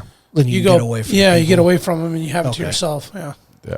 So yeah, this right here is like 3.5 miles in on that Valley of Fire. But anyway, And you're awesome wearing shorts, trips. man. Oh, yeah. You got some skin out. The whole in the way back, I sun was this is like whatever 8 in the morning, and the sun hadn't come over the ridge, and it was cold as fuck, and we were I like, bet. oh Yeah, man, chilly. Yeah. And so we were like hiking up to the edges to get sun again. But on the way back, I had my shirt off. It was probably Sure, 70 you were degrees. hot as hell, yeah. It was nice. Can you camp out there? Yeah. There's campgrounds, and then you can do the boondocking. No, thing. I mean like if you. I don't know about that. Like if you like backpacked in? I Yeah. don't think you can. You wouldn't want to. There's like this is the flat spot right here, like gotcha, at the gotcha. bottom of the canyon that's dried up. Like Okay. there's not flat spots anywhere else. Oh, Like those are huge mountains around you. Camp with the tarantulas and snakes and shit. Ooh. I was thinking of the views, man. The views Sunrise, are- sunset. Oh, It yeah. was yeah. cold and as it's fuck, chilly, man. too. Yeah. Like it was below freezing when There's we no woke up that firewood to morning. burn. Oh, really? Oh yeah, Damn. yeah. Yeah, the desert does get cold. Yeah, it at gets night. cold. Oh, I bet it was Yeah. 30, 40 That's degrees true, out yeah. there. Yeah. It was nice, dude. Slept like a dream. But anyway, so this is now a thing where, so on the way back, the Valley of Fire was only an hour. So we dropped off did this big hike, right? And then drove back to Vegas, dropped off the car, got an Uber to the hotel, went to eat, then went to the hockey game, all in one day. Like that score. Like if you want a real vacation and you're Alaskan, this is a good move. You maximize the shit out so of your time. we're pretty happy we figured this out. Brandon's already in on the next trip. Yeah, dude, that just a cool experience. Close, direct flight. Yeah, and you get to go camping. You're not like really disrupting your life too much. Only being gone 4 or 5 days, or 3 or 4 days, or whatever it was. Well, we went for 8 days because so we did 2 nights in Vegas, then we did 5 out there, and then 1 night. But still, you could do a short one. You're out doing stuff. Yeah. Yeah. And you're not like you can't do living on the Vegas strip. anyway, dude. Yeah. Right. And you're like, oh man, there goes $15,000. Where'd it go? Well, or Hawaii, you go to Hawaii for 10 There days. goes You go to 15 grand. Costco. There's $500 for a Costco trip. Right. Yeah. There's your whole $500 your for the whole camper thing. bill. Exactly. And then you just take canned beer and whatever hot dogs and shit in your I wanted to bring the Italian meat that the New Yorkers brought us for Christmas, so that's what we ate during the day for hiking for protein, and then I wanted to get fresh vegetables and fruit because they have better, and that's it. And then those ramen bowls that you get from Costco. Oh, nice. I brought those all from home, and then they had the stove and stuff. It was a good trip, and I think it's like it's a different way to travel, and I really enjoyed like having like, I don't know, the amenities, but also the cultural thing that we don't have so much there, but only experience it for like a night or two, and then get to do really awesome adventure, and then get to it again, and then come home. Sure. And you didn't do the cliche. Oh, sorry to interrupt you. No. Cliche like show, gamble, dress up, sleep till bottle 2. service, run your credit card for $4,000. Like you went and did some outside shit, and you got a fix. You got a hiking shoes, shorts, backpack fix in the middle of winter, which we have to wait until June at the earliest to go do, right? Right. Yeah. I mean, if you think about it, like to that level. Yeah. No, we did. That's pretty cool, man. We did 5 days of, I don't know, 10 to 14 It was very miles. inspiring. When you told me earlier, I was like, wow, dude. Well, yeah, I think it puts things into a different limelight, so to speak, because when we go on vacation, for the most part, or 98% of the country, they're going to the tourist spot. I mean, that's what you do for vacation. Yeah. Whereas here, you're like, no, I'm not going to the strip, where everybody goes, and we're going to gamble and eat our $34 bacon cheeseburger. Yeah. Mm-hmm. We're going to go and see what this state has to offer, like the real parts of the state. Sure. The other crazy thing was met awesome people. The people that are out doing this kind of stuff, like the retired people, the young people, they were all incredible. But like the people that were new to the United States that did it. But that's a cool note there. The firewood that they use make your clothes smell good. I have no idea what it is, but it smelled awesome. So it was like, like you wake up the next day, you're like, oh fuck. Yeah. Like smoke. Just like for a it month. smelled good.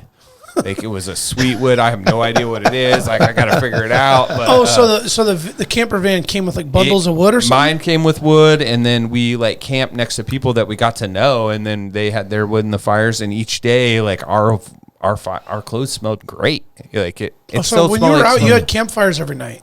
Not every night because I traveled at night. That was the other hack, I think. Like if you're moving around, like travel at night because then you don't waste any of the day. Wait till the sun goes down, But the nights we didn't drive, we had fires.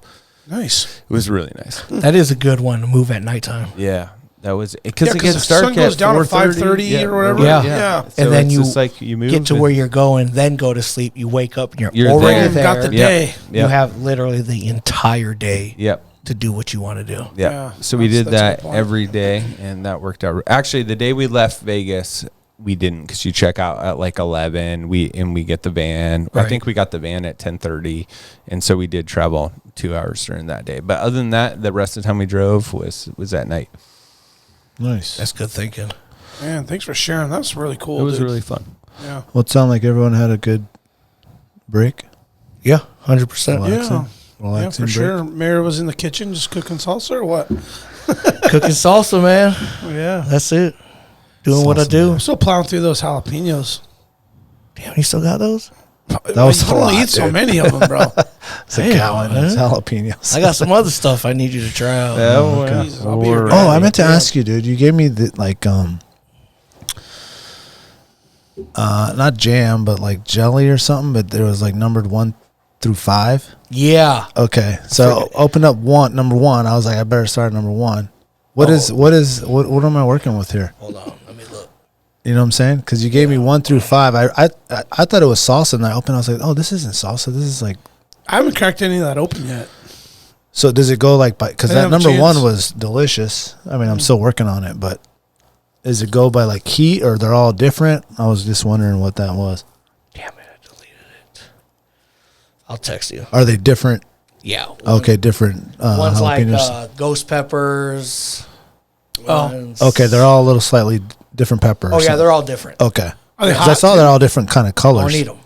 Oh, Yes, No, it was they're hot. delicious. It was Oh, hot. it's spicy? Like I had Okay. to get the Okay. cracker with the cream cheese, just like just the edge of it. oh man, that was one thing I meant to mention about the Philippines.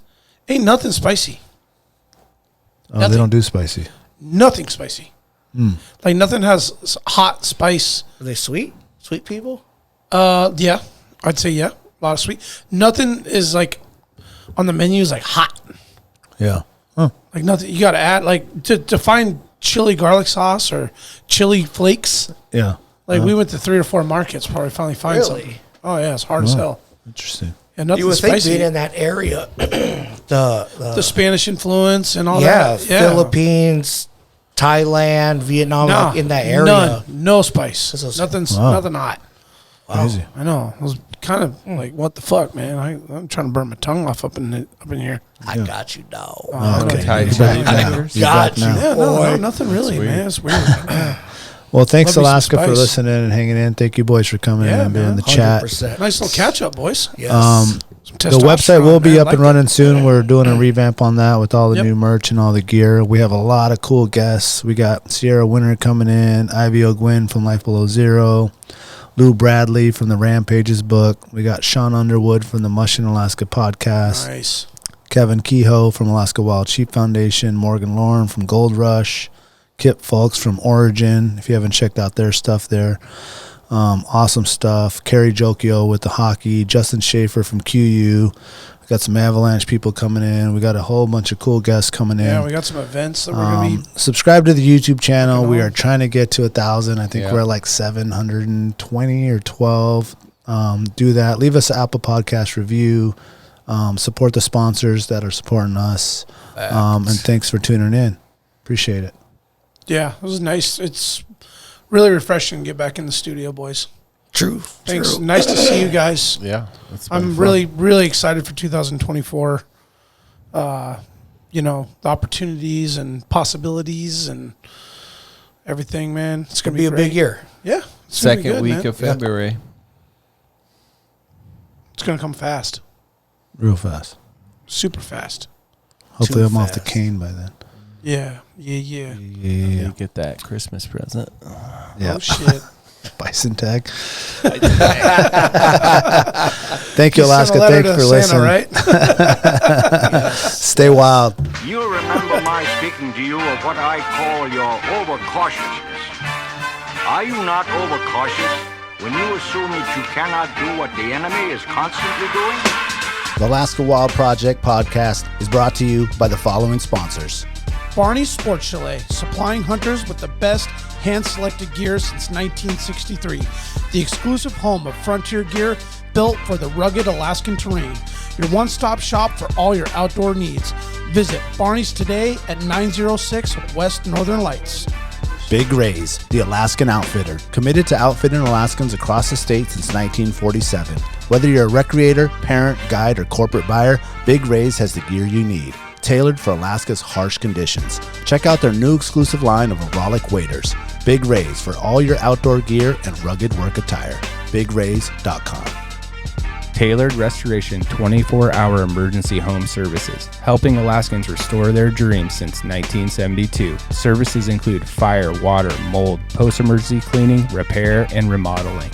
Give them a call in Anchorage, Eagle River, Matsu, or Fairbanks. Hit them up at tailoredrestorationalaska.com. Total Truck and Alaska Overlander, Alaska's premier supplier for custom automotive accessories and overlanding products, providing all-inclusive rental vehicles and trailers custom outfitted to explore the Alaskan backcountry with a unique and convenient traveling experience. TheTreehouseAK.com, located at 341 Boniface Parkway, Alaska's own and grown cannabis and CBD store. Ask the bud tender what the strain of the day is to get your 10% off. The Treehouse, where the culture lives. AKO Farms, located in Sitka, Alaska, built from the ground up with concentrates as their single motivation, with exclusive products such as their sugar wax, full spectrum diamond sauce carts, and more. Ask your local bud tender about AKO.